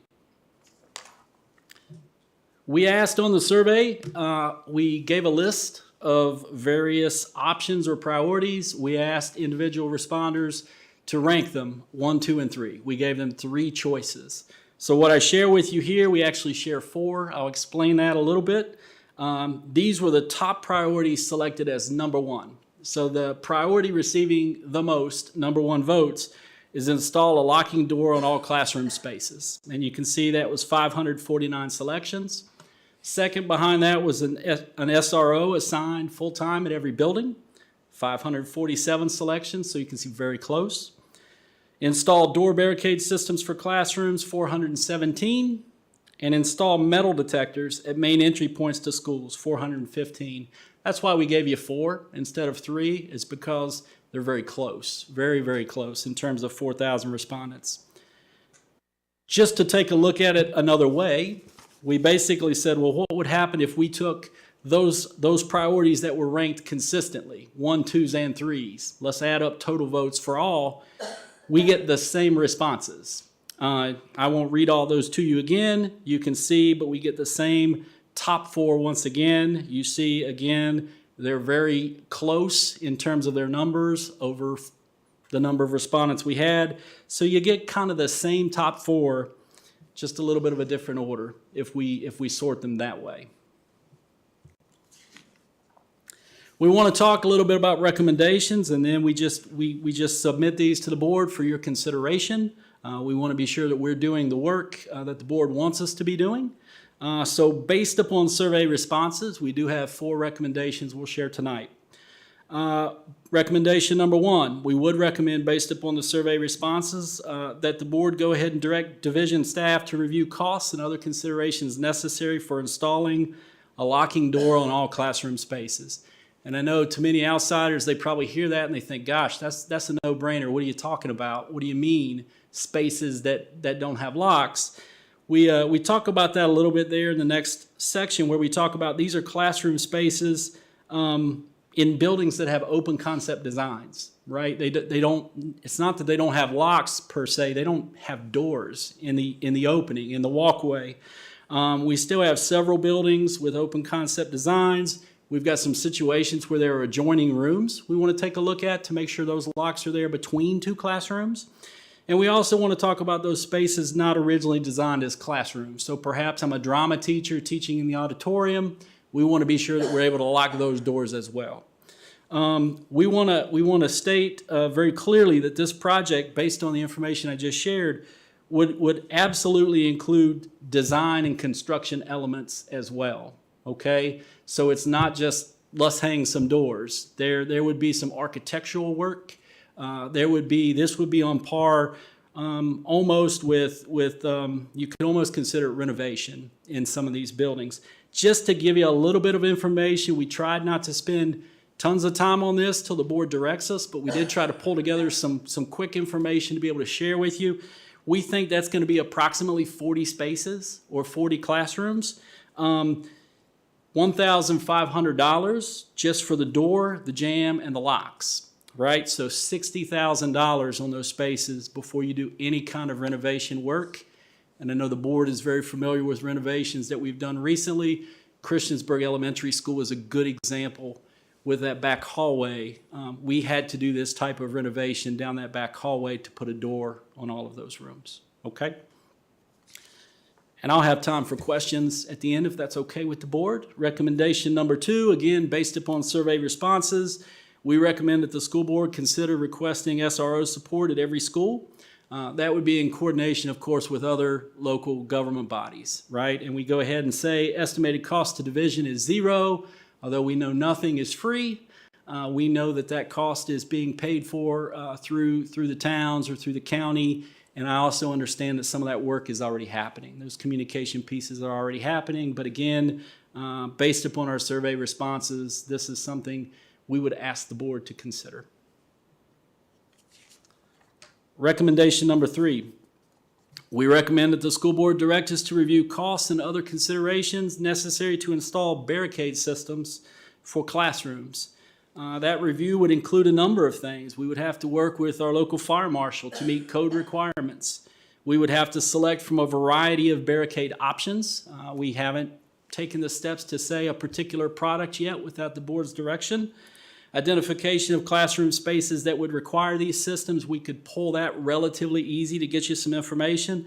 And there could also be some design and construction elements there based upon whatever barricade system was selected. Quickly, the facilities department was able to tell me that's about 1,105 rooms. Just pulling pretty quickly 3 options that are out there, 3 products that exist. There's an $18 product, a $75 product, and a $129 product. Again, multiply that across 1,105 rooms. You're looking at approximately, for the $18 product, $20,000. About $83,000 for the $75 product, $142,000 for the $129 product. Again, lots of questions still to be answered. And we would be looking for the board's recommendation or support if you want us to go down the road to proceed in looking further into this recommendation. Recommendation number 4, based upon the survey, we recommend the school board consider directing division staff to review costs and other considerations necessary to install metal detectors at main entry points to schools. Right? This is, tonight's been a great example of the heavy decisions you guys have to make week after week after week. We understand these are more heavy lift topics. Our review here would include identifying, again, relevant fire codes, selecting metal detector options, analysis of ingress restrictions. Right now, we basically can get students coming into a high school in about 20 minutes. What happens to that when we start to put metal detectors in place? And then identifying those entry spaces that would require the systems. And it also is important to note that we're probably looking at additional staff requirements here as well, particularly at the beginning of the day where there's so much traffic coming in. We did link what I think is a good overview, a video from a school division, Santa Fe, Texas. It is a sales video, I'll say that up front, but it also talks about one school division's journey down this road. I think it's also important to note that their high school is about 1,400 students. And again, that's comparable to Blacksburg High School. Again, just for reference, before we go too deep, metal detectors, a quick look. You're looking at a metal detector unit being somewhere between $2,000 to $9,000 a piece. Again, back to this video, I believe this one high school had 8 metal detectors at the one school to facilitate multiple entrances and bringing in that volume of students. Those are our four recommendations for you to consider. The last piece here I would share on the slide is really just some leadership discussions that have been generated by the written comments. And again, I bragged last month, I'll brag again. I'm really pleased and really proud of the written comments that came forward. When you get this many responses, sometimes it's easy to put in rude remarks or just disrespectful remarks. We really got a great collection of true responses that I believe speak people's opinions, speak their hearts. They range across the board from, hey, our schools are already safe, we don't need this extra stuff, to, hey, my heart aches that we even have to make these decisions today, to, hey, remember, bullying and harassment are just as important as physical safety. So again, that's just a quick pull of what we've got coming in. But we did see some themes. And based on those themes, we're already doing some work there in terms of reinforcing our current safety expectations, making sure that we're not propping doors, making sure that we're using the buzz-in systems appropriately and correctly, making sure we're checking IDs. Those kinds of pieces, we kind of want to double down and reinforce those. Timely submission and completion of safety-related work orders, not just, hey, facilities, get this done as quick as possible, but also on the front end saying, when you've got a problem, submit it. Submit it as a concern. Don't let it wait for a long time. Get it submitted, and then facilities will respond quickly to get it fixed when it's safety related. We want to provide additional safety training opportunities to our staff. We heard from staff who responded in the survey, like some additional training. We heard from community members and students in the survey. We expect that our staff will have some safety training. I think it's important to note that all of our, well, I was going to say new, but also our veteran, there's really not a lot of coursework in college as you prepare to become a teacher based around safety. So we have to provide that and make that available to folks.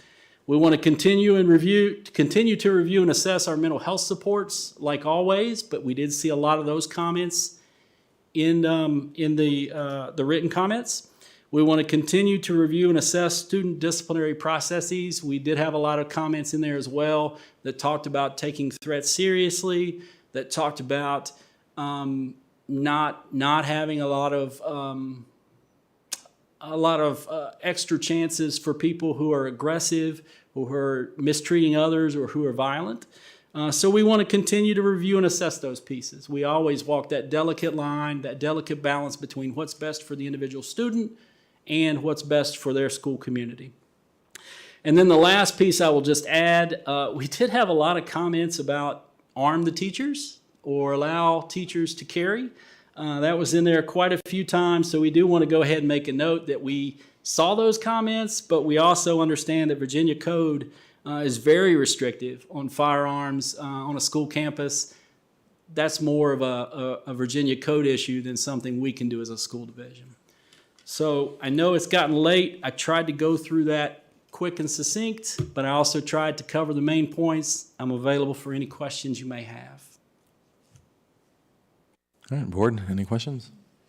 So the door barricades, so you talked about 3 different price ranges. What exactly do they look like? There are different styles. And again, I just, without being directed by the board to go in depth with it, I just kind of pulled 3 quickly. One of them is a device that kind of fits between the door jamb and the door itself, kind of a wedge that goes near the locking mechanism.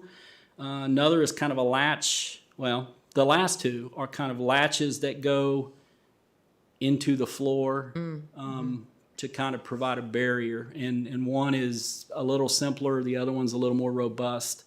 And again, we do have some concerns that we're really going to have to work closely with the fire marshal to make sure these are, that we've selected product that they can support and be agreeable to under Virginia code. But those are the 3 we pulled quickly. If I remember correctly, after the shooting at the community college in the mall, I think one of their follow-ups was to make door barricade mechanisms in their areas. But those are the 3 I pulled quickly. Appreciate that. So would those be, well, the ones in the floor, would those be easy for students to be able to put into place? I think that's a concern, yes, ma'am. Particularly older students. Thank you. Yes, ma'am. Anyone else?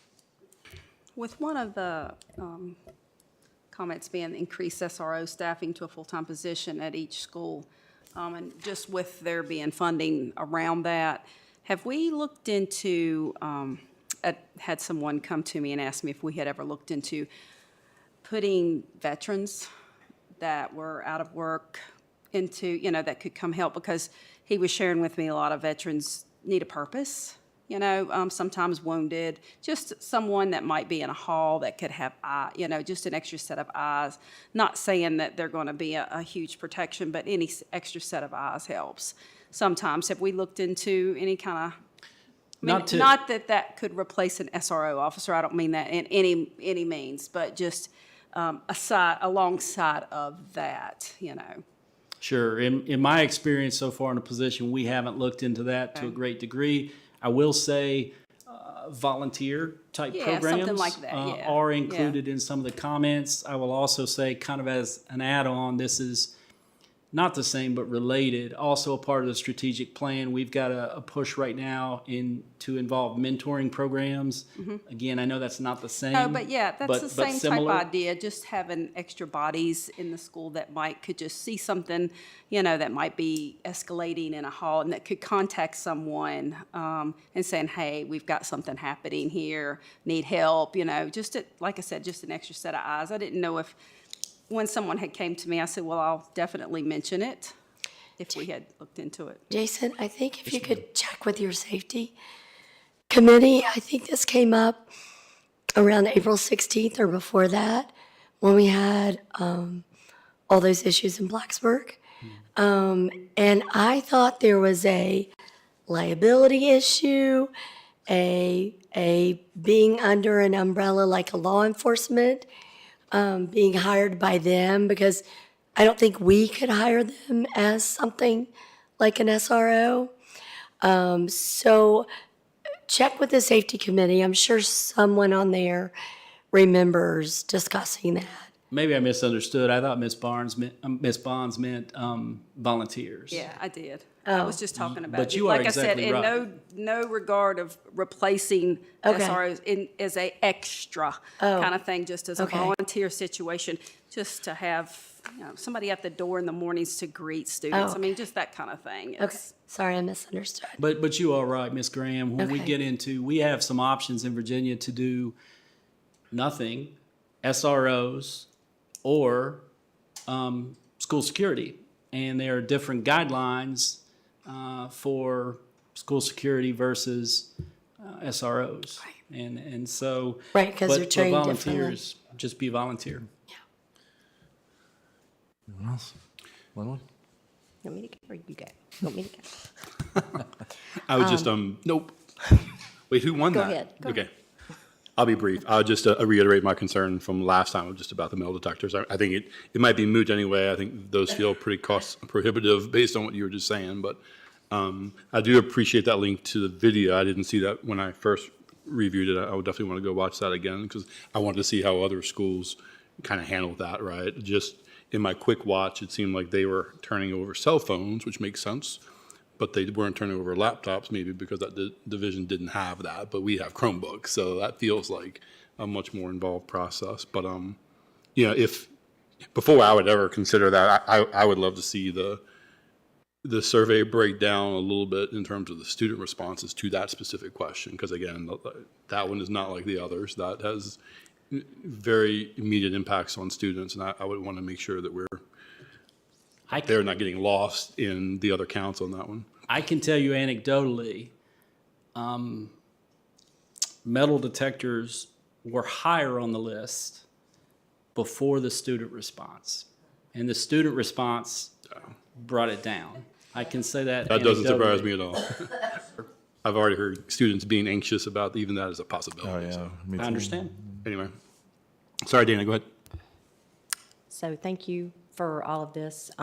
I have been pounding my fist on this since I got on the board, so I know this has been a big thing, and I've been proud to be a part of the safety committee and team. I am glad to see that we had such an overwhelming response by the students. I was a little concerned in the beginning, but since we've had our principals and our administration push that, and my daughter did do it because I made her go online and do it, and she talked to several friends, and I think I would love for all of them to have done it, but I think we've got a good percentage. I'm just happy that we've had so much percentage of the population and the community that has taken a response in this. It just shows me that the community as a whole, whether you're a parent, a teacher, a student, everyone is concerned about our safety of our students and our staff.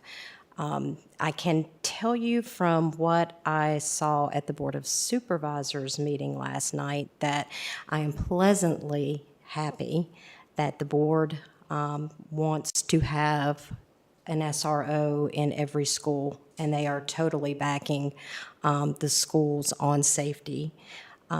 This is going to be something that is being dealt with between the Board of Supervisors and the Christiansburg Town Council now. I know we have an SRO in every school in the county, which I'm very proud of about that. Kudos to my husband for that. And I do know that after last night, that whatever they decide on that I know that Montgomery County Sheriff's Office is going to step up, and they will make sure that we have SROs in every school. And it seems to me like the Board of Supervisors has no problem funding that. So I was just very happy to hear that. And a thank you, shout out to the Board of Supervisors and the Montgomery County Sheriff's Office for being so involved and being so taking care of our students and our community and our staff. So thank you. A couple questions for me. How many total choices were there on the survey? I'll look through the presentation. Sorry, I did not bring the full list with me this time. That's okay. I mean, was it like Probably 8? Was it 12. like 15 or? No, it was a whole 12? page. It was a lot. Some other examples, just from memory, would include increased cameras in the hallways, increased cameras on school buses, vape detectors, double entry doors. What else? That's from memory. Okay. So it seems that the SRO, the number 2 priority anyway, according to your presentations, is something that we're already doing. as far as the locks on the doors and the barricades, is it the situation that the barricade is like a superset of, I mean, I understand obviously what a lock is, but I mean, if we decided to look into and do barricades, could that be an alternative? Like, is that a stronger deterrent than a lock, in other words? Like, is it, or would you have to have locks first and then barricades? The biggest issue in recommendation 1 for locks on all classrooms really addresses those spaces that ultimately don't have a door. And again, we've got, it's primarily the open concept design buildings where you'll go down a hallway and spaces do not have doors. So that's what makes this a bigger project, number 1, because it's not just installing a lock, it's installing everything that goes with the door and the lock. And then the thought or the feeling, and I do think, again, anecdotally, many of our responses for barricades stemmed from staff responses and student responses who just feel like that additional piece, if we have to be in a room in a lockdown type situation, the door lock's great, but would it be good to have something additional as well? And again, it's one more layer of protection. It also means in, I think, every example I've looked at, it's one more thing for the teacher to do at the door. All right. What's the wish of the board on this? Is this something we want to chew on? Is this something you want to direct staff to get any additional information? I don't know about the rest of the board, but I'm ready to get started on it. I think we're behind it as it is. I say we go ahead and get started on asking them to bring back figures on the cost and stuff of what's the 3 of the ones that they had listed.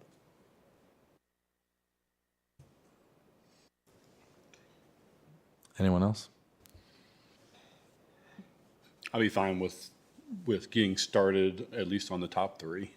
I'm not sure about that 4th one, at least not for me, but. Yeah, I would agree. Yeah, I agree. I think I I agree would with say that, let's charge Jason with collecting some specifics on those top 3 suggestions. Yeah, and I do think it's important, somewhere in your presentation here, you talked about, doing design, and I guess there are different, at some point, I would also like to get the input of, of Dr. Bragan and of yourself and other staff. I mean, there's different ways to do this. One way we can, obviously, one way we've been doing this, of course, is when we do remodels or when we do a new building, we incorporate some of that stuff.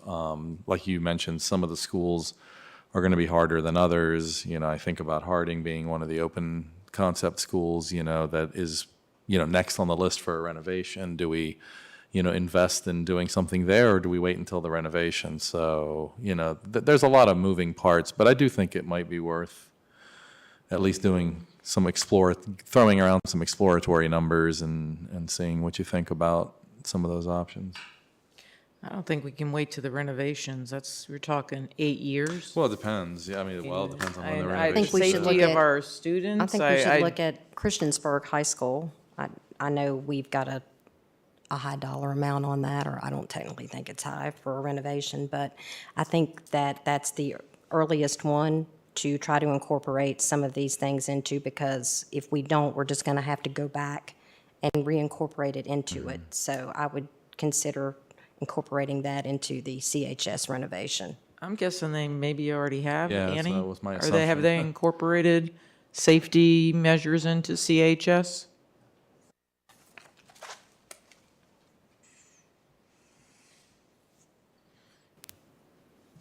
Yes, they have included some, but some of these items that we are talking about are not things that would be on that list. So, the door barricade, of course, every room would have a locking door, so that is certainly going to be on that list. But in terms of like the barricades, those type of items are not included at this time. But we are still in the phase where we could do whatever we needed to do in that way still. Add that in, so, okay. Absolutely.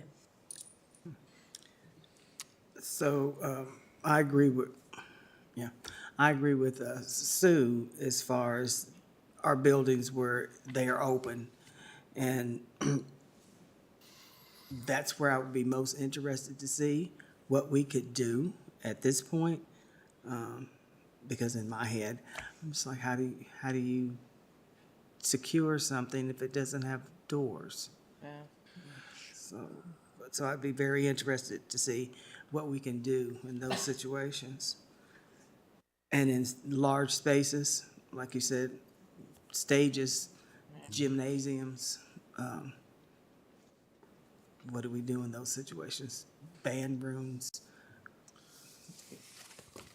Okay, I think, are you clear on our wishes? I understand the direction Okay. is to pursue recommendations 1, 2, 3.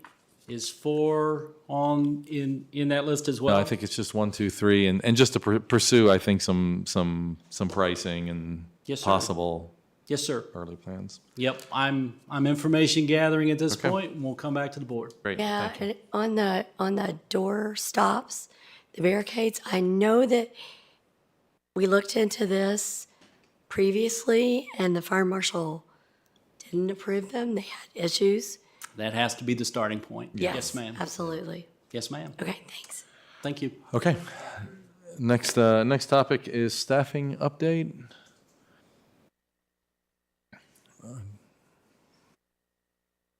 I don't see Danny, but I see Amanda. There we go. Yep, no Danny. Good evening, Mr. Chair, members of the board, and Dr. Bragan. Mr. Knott is attending the Virginia Association of School Personnel Administrators Conference, so he's out of town. So in his absence, I will be giving you the monthly update on staffing. We'll start with our certified employees. So these are our current vacancies we have for certified positions. Currently, we have a Director of Elementary Education position that is open. That job was posted. Candidates have had the opportunity to apply, and so we are in the hiring process for that position. With Mr. Pauly's recent retirement, last week we posted for the Director of Secondary Education, so we are accepting applications for that position. We currently have an open gifted resource teacher position at CMS and are accepting applications for that. We currently have 3 open reading specialist positions, one at CMS, one at Eastern Montgomery Elementary School, and then a split position at Auburn High School, Shawsville Middle School. And we are currently accepting applications for all 3 of those positions. And then special education teachers, we have an open position at Auburn Middle School, a part-time position at CPS, and a part-time position at Margaret Beeks that we are currently accepting applications for. So again, those are our vacant certified positions. Our vacant classified positions, so we have an open Director of Facilities position that we are currently in the hiring process for. We have 2 administrative assistant positions that are open, one at CMS. The position at CMS, we are well into the hiring process there. And then we have a very recent one at the school board office, so we are in the process of getting that posted tomorrow so that we can start accepting applications for that. Our last 6.5-hour bus driver position, we are well into the process of hiring for that, so I anticipate that will be completed very soon. We also have 2 open bus aide positions that we're accepting applications for. Eastern Montgomery Elementary School has 2 instructional aide positions that they are accepting applications for. We currently have 6 lunch recess aide positions. However, we did host a classified job fair last Wednesday and had several qualified applicants attend. So currently there are 3 candidates in the hiring process for 6 of those positions. And we've communicated with principals from those schools if they were not able to attend the job fair. So I anticipate we may very soon have some additional applicants in the hiring process for those positions as well. Christiansburg Elementary School and Gilbert Linkus have kind of part-time lunch recess aide positions that they're accepting applications for. And then Eastern Montgomery Elementary School has a preschool initiative aide that we are accepting applications for. Additionally, EMES has an open clerical aide position. As a result of our job fair last week, Eastern Montgomery Elementary School is in the hiring process for both of their open special education aide positions. In our facilities department, we still have an open carpenter position, construction project manager position, and 2 HVAC positions. So we are in the process of accepting applications for all of those positions. Custodians, that's the area where we have the greatest need right now and have the most vacancies. So currently there are 12 and a half open positions. There are 2 candidates in the hiring process right now. And Robbie Jones, who's our custodial manager and oversees and coordinates the interviews for hiring custodians, is also actively looking at other applicants. So I'm hopeful that within the next week there may be 2 more. We have an open school nurse position that we are well into the hiring process for at Shawsville Middle School, and then a vehicle mechanic that we also are in the hiring process. And then lastly, I just want to give you an update on our substitute fill rate. So we are moving in a very positive direction in terms of filling substitutes. We are averaging 92.22% for teacher fill rates, and that is since winter break. So we're moving in a positive direction, and even the fill rate for our aides position, while 86.86% doesn't look very impressive, it is much better than it was before break. So we really have gotten to the point where we're at pre-pandemic fill rates for those positions. And we currently have 500 active substitutes. And that doesn't include the substitutes that we'll be adding this month. Tomorrow we have our substitute orientation. So we have additional candidates coming to that. We've scheduled a second one for March 22nd. So we have many student teachers who we are in the process of bringing on as substitutes. So by the end of the month, we're going to have 545 substitutes in our system, which is probably the highest number we've had in a number of years. Okay. So do you have any questions? Board?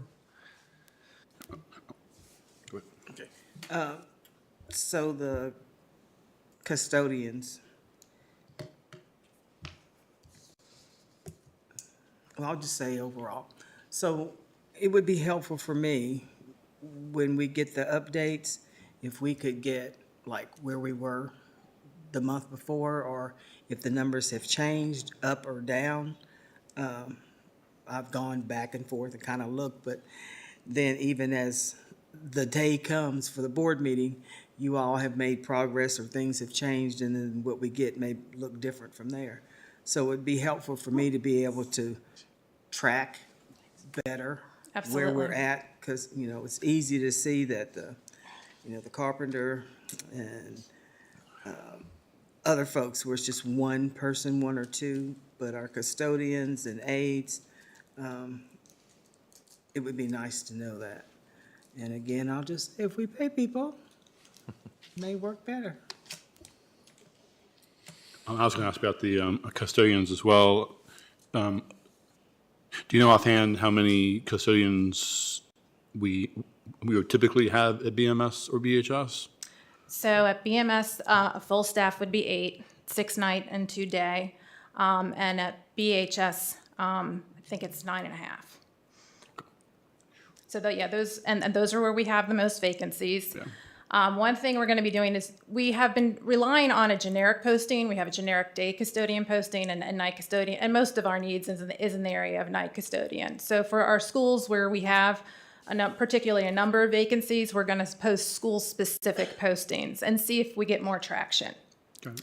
We're also in the process of going back and looking at all of our previous applicants, going back like a year or 2, reaching out, contacting those individuals directly to see if they may still be interested. So we'll let them know where there are vacancies and what the current pay rate is.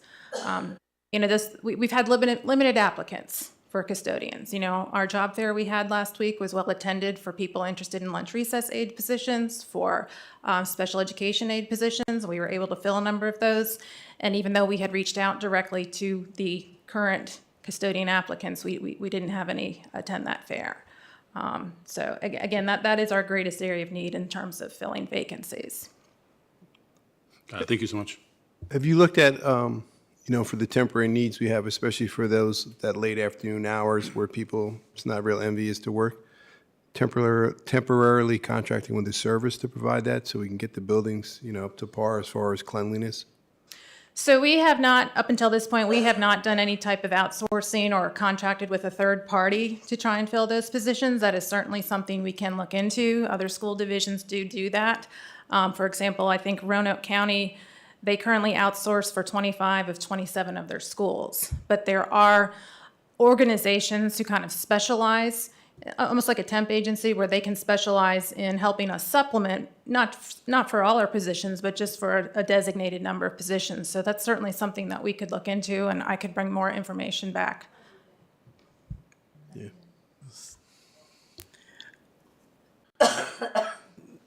With our experience with outsourcing already, I would have some reservations with that.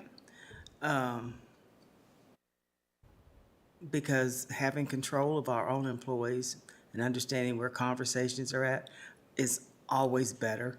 Being able to understand what their needs are and how we can make those better, I think is always a good thing.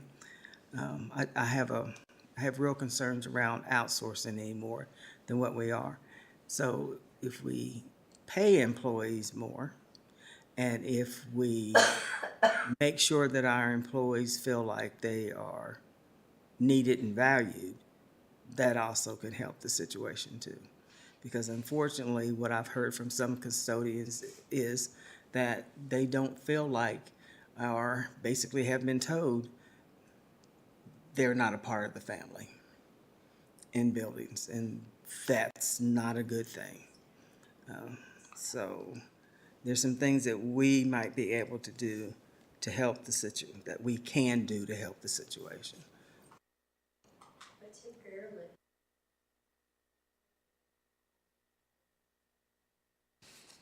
Would that not be a viable choice? On temporary situation? Yes. Yeah, because we have had to do that when our numbers have dropped so low that we may have just one custodian in the building to get in and clean those buildings to make sure. But it's just, for a day or two or for a weekend. But there are Yeah, that's things- what I was talking, that's what we were talking about, not permanent, absolutely not. And I will add that our supervisor of facilities and our custodial manager are working on an overtime schedule. So where we have shortages in buildings, we have some of our current custodians who are working overtime, and they're working on an overtime schedule weekly to look at the needs and the shortages in buildings. Sure.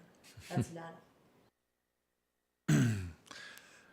So it does seem, I mean, this has been a chronic enough thing that it does seem, I don't know how much Bernie or the budget accounts for any of that, or if we have some options going forward. But I mean, Amanda's already mentioned some things that they're trying, but I also do think that we maybe want to consider some other possibilities to, Well, I think it's a two-pronged approach. Like, I agree with what Ms. Franklin said. We want to make sure these employees feel valued.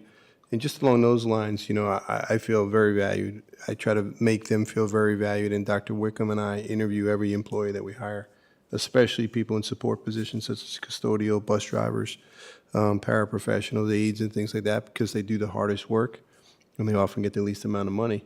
So we meet with every one of them and try to let them know, hey, you're a critical and valuable part of this organization. Because if you're absent and you're not there, we recognize that right away, right? Yeah. Superintendent's absent for a week, nobody notices, And I say that half jokingly because, on the front lines, like our instructional staff, when those people are absent, it impacts the building. And as we walk some of these buildings with a significant amount of custodial absences, you see that cleanliness and sanitization isn't what it needs to be. I wouldn't want my children in some of those spaces that aren't clean. And if it's not okay for Bragan's kids, it's not okay for all yours. So I think if there's a short-term solution to contract out, get somebody in there until we find people to fill those positions, that's a viable option. And as far as the funding, I didn't talk to Dr. Whitaker, but if we have positions that are open that currently aren't being filled, that we've already budgeted, there's money there. Again, I didn't discuss that with Dr. Whitaker, the nuts and bolts of that, but I think it's worth looking into, at least in the short term, to get these buildings sanitized for the next couple months. Sherry was already, Sherry's already considered, but, in terms of the awesome idea that y'all had with the bus drivers, with, the full-time with benefit options, is anything like that possible with custodians, or? So our custodians are 12-month employees who currently are eligible for benefit options. Okay, gotcha. Their current starting pay, so our day custodians, the starting pay begins at $13.52 an hour for day custodians, and for night custodians, it's $14.05 an hour. That's the starting pay. And that's the problem, right there. That's the whole problem. I mean, if we can outsource temporarily, I don't see where you're going to be able to hire somebody for $13 an hour, even temporarily. I might be wrong, but, you know, so if we can put the money toward that, why can't we put the money toward that position a little, you know?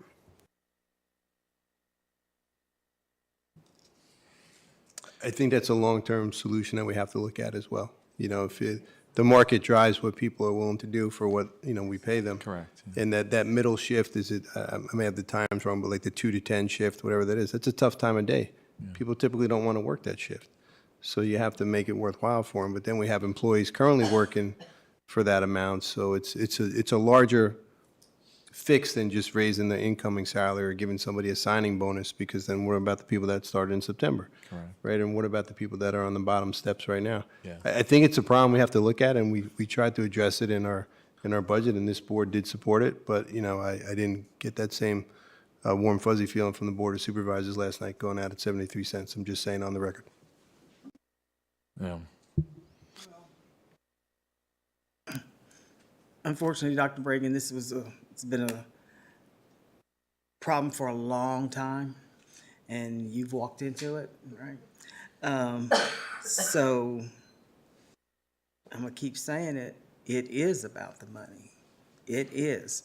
If you want someone to work odd shifts, another $1 an hour doesn't necessarily get it.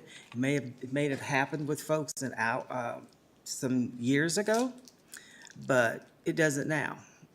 It just doesn't. And part of that is there's not the mindset is there are other jobs and I can just go someplace else. I deal with it every day on my job. People just go because I can just go someplace else. So we have got to do something to make these jobs more attractive. The money is a big one. Making sure they feel they're part of the family in those buildings, and whatever else it takes. And then maybe that's sitting down and talking with them.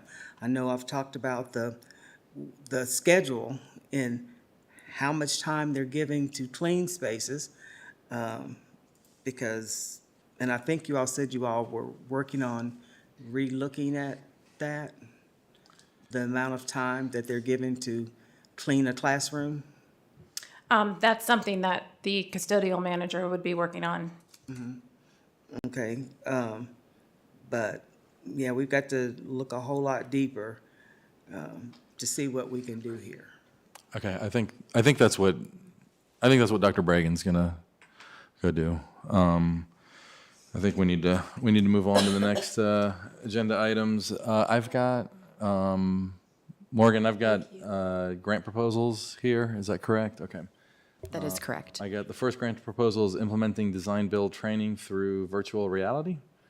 Is that Mark that's presenting? Okay, he can answer Yeah, he questions. doesn't, yeah.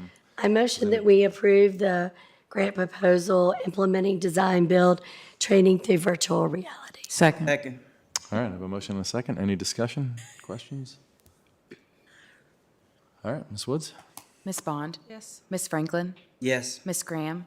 Yes. Mr. Hudson? Yes. Ms. Cass? Yes. Ms. Parton? Yes. Mr. Chewbacca? Yes. 7 in favor. Motion carries. Do I have a motion concerning the next grant proposal? I motion that we approve the grant proposal supporting paraeducators pursuing special education licensure. Second. I have a motion and a second. Any discussion? Thank you. Thank you, Annie. Thank you. Thank you, Jonathan. This is going to be awesome. Sorry, That's all right. we'll get more teachers in. Ms. Bond? Yes. Ms. Franklin? Yes. Ms. Graham? Yes. Mr. Hudson? Yes. Ms. Cass? Yes. Ms. Parton? Yes. Mr. Chewbacca? Yes. 7 in favor. Motion carries.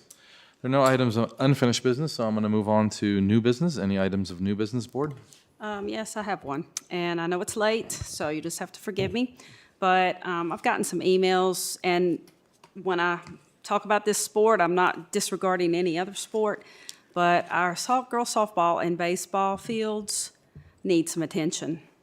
They're begging for dirt and sand. These teams are the only teams that have to get out there, and their students and players have to work on the fields. They're the only groups. And I know for a fact they spend multiple hours. And I know at Christiansburg, we're getting ready to lose somebody who spends 20 and 25 hours a week on that field.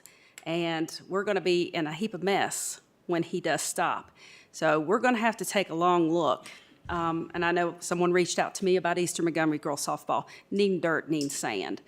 And, you know. The BHS one isn't even playable right now. Then that's something we need to do. You know, we might not have a child that plays on those fields, but to those families and those kids, it's as important as any other sport. So is that something that we can have Dr. Bragan assess and come back We need to do something. some way with a, I mean, I don't know that we need to put it on the agenda, but let's give them a chance, give the staff a chance to assess the situation. I've already become a little bit of aware of it from individual conversations at some of the building principals, and, you know, Dr. Whitaker and I are working on it. One of the things that's foreign to me that I'm not comfortable with this methodology from where I come from is that the buildings themselves and the schools would pay for different things that it didn't come from the central division. So there's a question about, you know, if this building has more funds than this building, do you pay for your infield mix? Do you pay for your lines? Do you pay for your, you know, filtration of the water, whatever it is? Dr. Whitaker and I are committed to working that out, and it's on our high priority list because there were some fields, as you know, even the track at Eastern Montgomery, it's deplorable.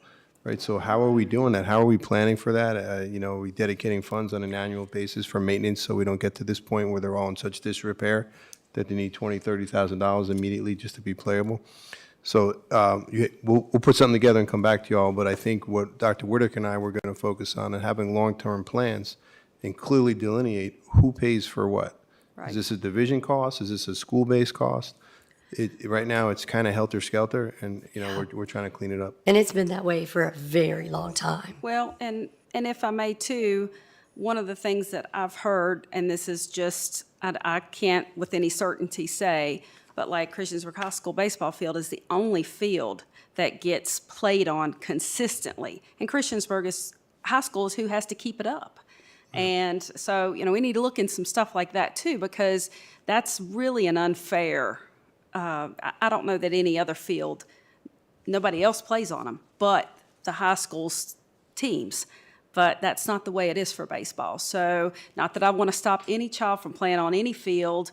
I think it's great, but there needs to be some help and upkeep because it's not fair to our students and programs at our high schools to have to keep these fields up when everybody else is enjoying the great things that we're providing. I agree, and we're already on it. We'll come back to the board with that as soon as we can. Okay. Okay. Thank you. Any other items of new business, board? All right, we're on to announcements and information. Any announcements? I have an announcement. Here we go. Last I'm talking tonight. I believe that every child should have the opportunity to receive a free, unbiased education with wraparound services that will provide them with the skills they need to become a successful, kind, and productive adult. Whether they pass a smile to someone each day or become the President of the United States, every child deserves the best education, best free education, and support available to them. I'm thankful for this amazing school division, the opportunities and services we provide students, and our devoted employees. This will be my last year on the school board. I will not be seeking re-election for District E. Thank you for the opportunity to advocate for the children of Montgomery County over the last 8 years. Thank you, Marty. I know your district appreciates you. All right, upcoming school board meetings are on the agenda prep section of board docs for everybody to see. The whistleblower protection is going to be discussed at the next meeting. I think you had brought that up. And we need to go back into closed session. Do I have a motion to enter into closed session as authorized by Section 2.2-3711 of the Code of Virginia to discuss 2 personnel matters? Moved. Second. I have a motion and a second. Ms. Woods, would you please call the roll? Ms. Bond? Yes. Ms. Franklin? Ms. Graham? Yes. Mr. Hudson? Ms. Cass? Yes. Ms. Parton? Yes. Mr. Trubaka? Yes. 7 in favor. Motion carries. We're in closed session. Oh, we're almost in closed session. Hang on. We need to make a motion. It's 20 after. Are we going to get done in 10 minutes? Yeah, go ahead and Okay. do it. All right, yeah. Can we? I make a Motion to motion that we extend. extend to 11:30. I mean, past 11:30. Second, anybody? No, I don't want Okay. to. When you're ready, Morgan. Huh? Said when she's ready. Did we make a motion? Did we second it? Okay. Waiting for the we're waiting for the vote. It just takes a second. No, it just takes a second to load it in. Just need a minute.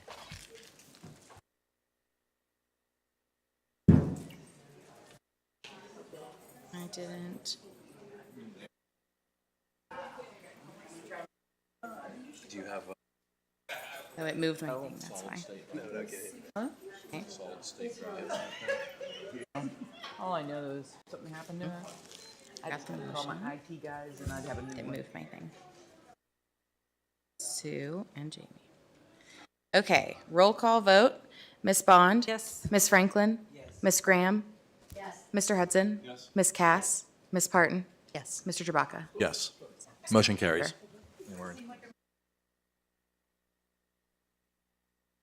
As long as we had a